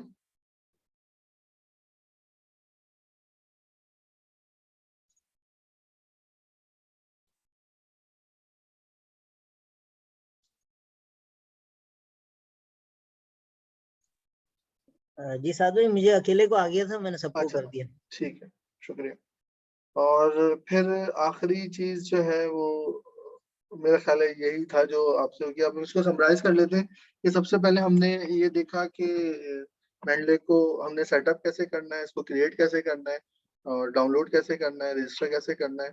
फिर उसके बाद इसमें हमने कवर किया कि मेंडले को हमने लाइब्रेरी कैसे सेटअप कर दी है, फिर लाइब्रेरी को ऑर्गेनाइज कैसे कर रहे हैं, पीडीएफ वगैरह कैसे रीड करने हैं, या हमने सर्चिंग कैसे करनी है मेंडले के अंदर, और फिर मेंडले रेफरेंस साइटेशन टूल कि हमने रेफरेंसिंग कैसे करनी है मेंडले को, और एज अ साइटेशन मीडियम या रेफरेंसिंग मीडियम कैसे इस्तेमाल करना है, और फिर शेयरिंग कैसे करनी है कि अगर कोई कोलैबोरेटिव वर्क है, अगर हम 2 अलग अलग जगह पे बैठे हैं तो हम किस तरह से अपनी लाइब्रेरीज को शेयर कर सकते हैं और उसको देख सकते हैं। और आखिर में एट अ ग्लांस हमने देखा कि हम नई रिसर्च के बारे में मेंडले में कैसे देख सकते हैं, एट अ ग्लांस उसको हम चेक कर सकते हैं कि इसका क्या इम्पैक्ट है या इस रिसर्च का क्या इफादियत मौजूद है स्कोपस पर्सपेक्टिव के अंदर।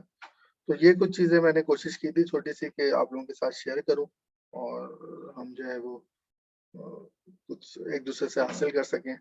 तो अगर कोई सवाल हो तो बिस्मिल्लाह, तो पूछें बिल्कुल।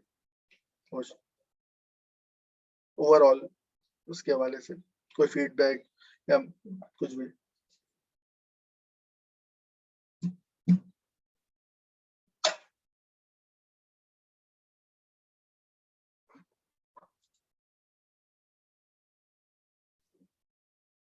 जी, कोई सवाल वगैरह हो, कुछ हो तो प्लीज।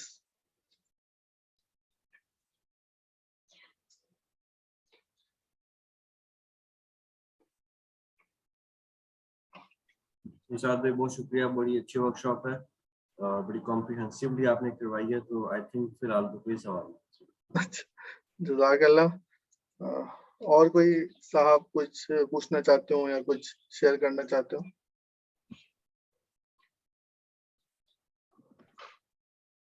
जी मेरे ख्याल से साद भाई कोई सवाल तो मेरे ख्याल में नहीं आ रहा। टाइम भी अब जो है वो ओवर हो गया, तो मेरे ख्याल से सेशन को अब एंड करते हैं। और बस मैं आखिर में आपका शुक्रिया अदा करूंगा कि आपने अपना कीमती वक्त जो है वो हमें दिया, और बहुत ही बेहतरीन जो है अपने इसमें टिप्स आपने जो है वो शेयर किए, इंशाल्लाह हम सबके काम आएंगी। आखिर में मैं तमाम शुरकत से ये दरख्वास्त करूंगा कि हमारा जो अरिस्ला फाउंडेशन का जो फेसबुक पेज है उसको ज़रूर लाइक करें, ताकि आपको फर्दर जो भी सेशंस आ रहे हैं उसकी अपडेट्स मिलती रहें। और साथ ही साथ जो स्टूडेंट्स इस वक्त हमारे साथ शरीक हैं, उनमें जो मलेशिया से ताल्लुक़ रखते हैं, मलेशिया में पढ़ रहे हैं, वो हमारा व्हाट्सएप ग्रुप भी ज्वाइन कर सकते हैं, जिसका लिंक मैंने यहाँ पे चैट में दे दिया है। इसी तरह फेसबुक का भी लिंक दे दिया है। और इसके अलावा जो है एक गूगल फॉर्म हमने जो है वो तश्कील दिया है, वो अगर आप लोग फिल कर लें और अपनी सजेशंस भी उसमें आप दे सकते हैं कि अपकमिंग जो भी हमारे सेशंस आ रहे हैं वो किन किन टॉपिक्स पे हम करवाए जा सकते हैं। तो आप सबका बहुत शुक्रिया, और आप अल्लाह ताला आप लोगों को जो है वो रिसर्च के अंदर आसानी करे और आपके मसाइल को हल करे। अल्लाह का हम नासिर हो। अस्सलाम वालेकुम वरहमतुल्लाहि वबरकातुहू। जज़ाकल्लाह। अस्सलाम वालेकुम। जज़ाकल्लाह, वालेकुम अस्सलाम।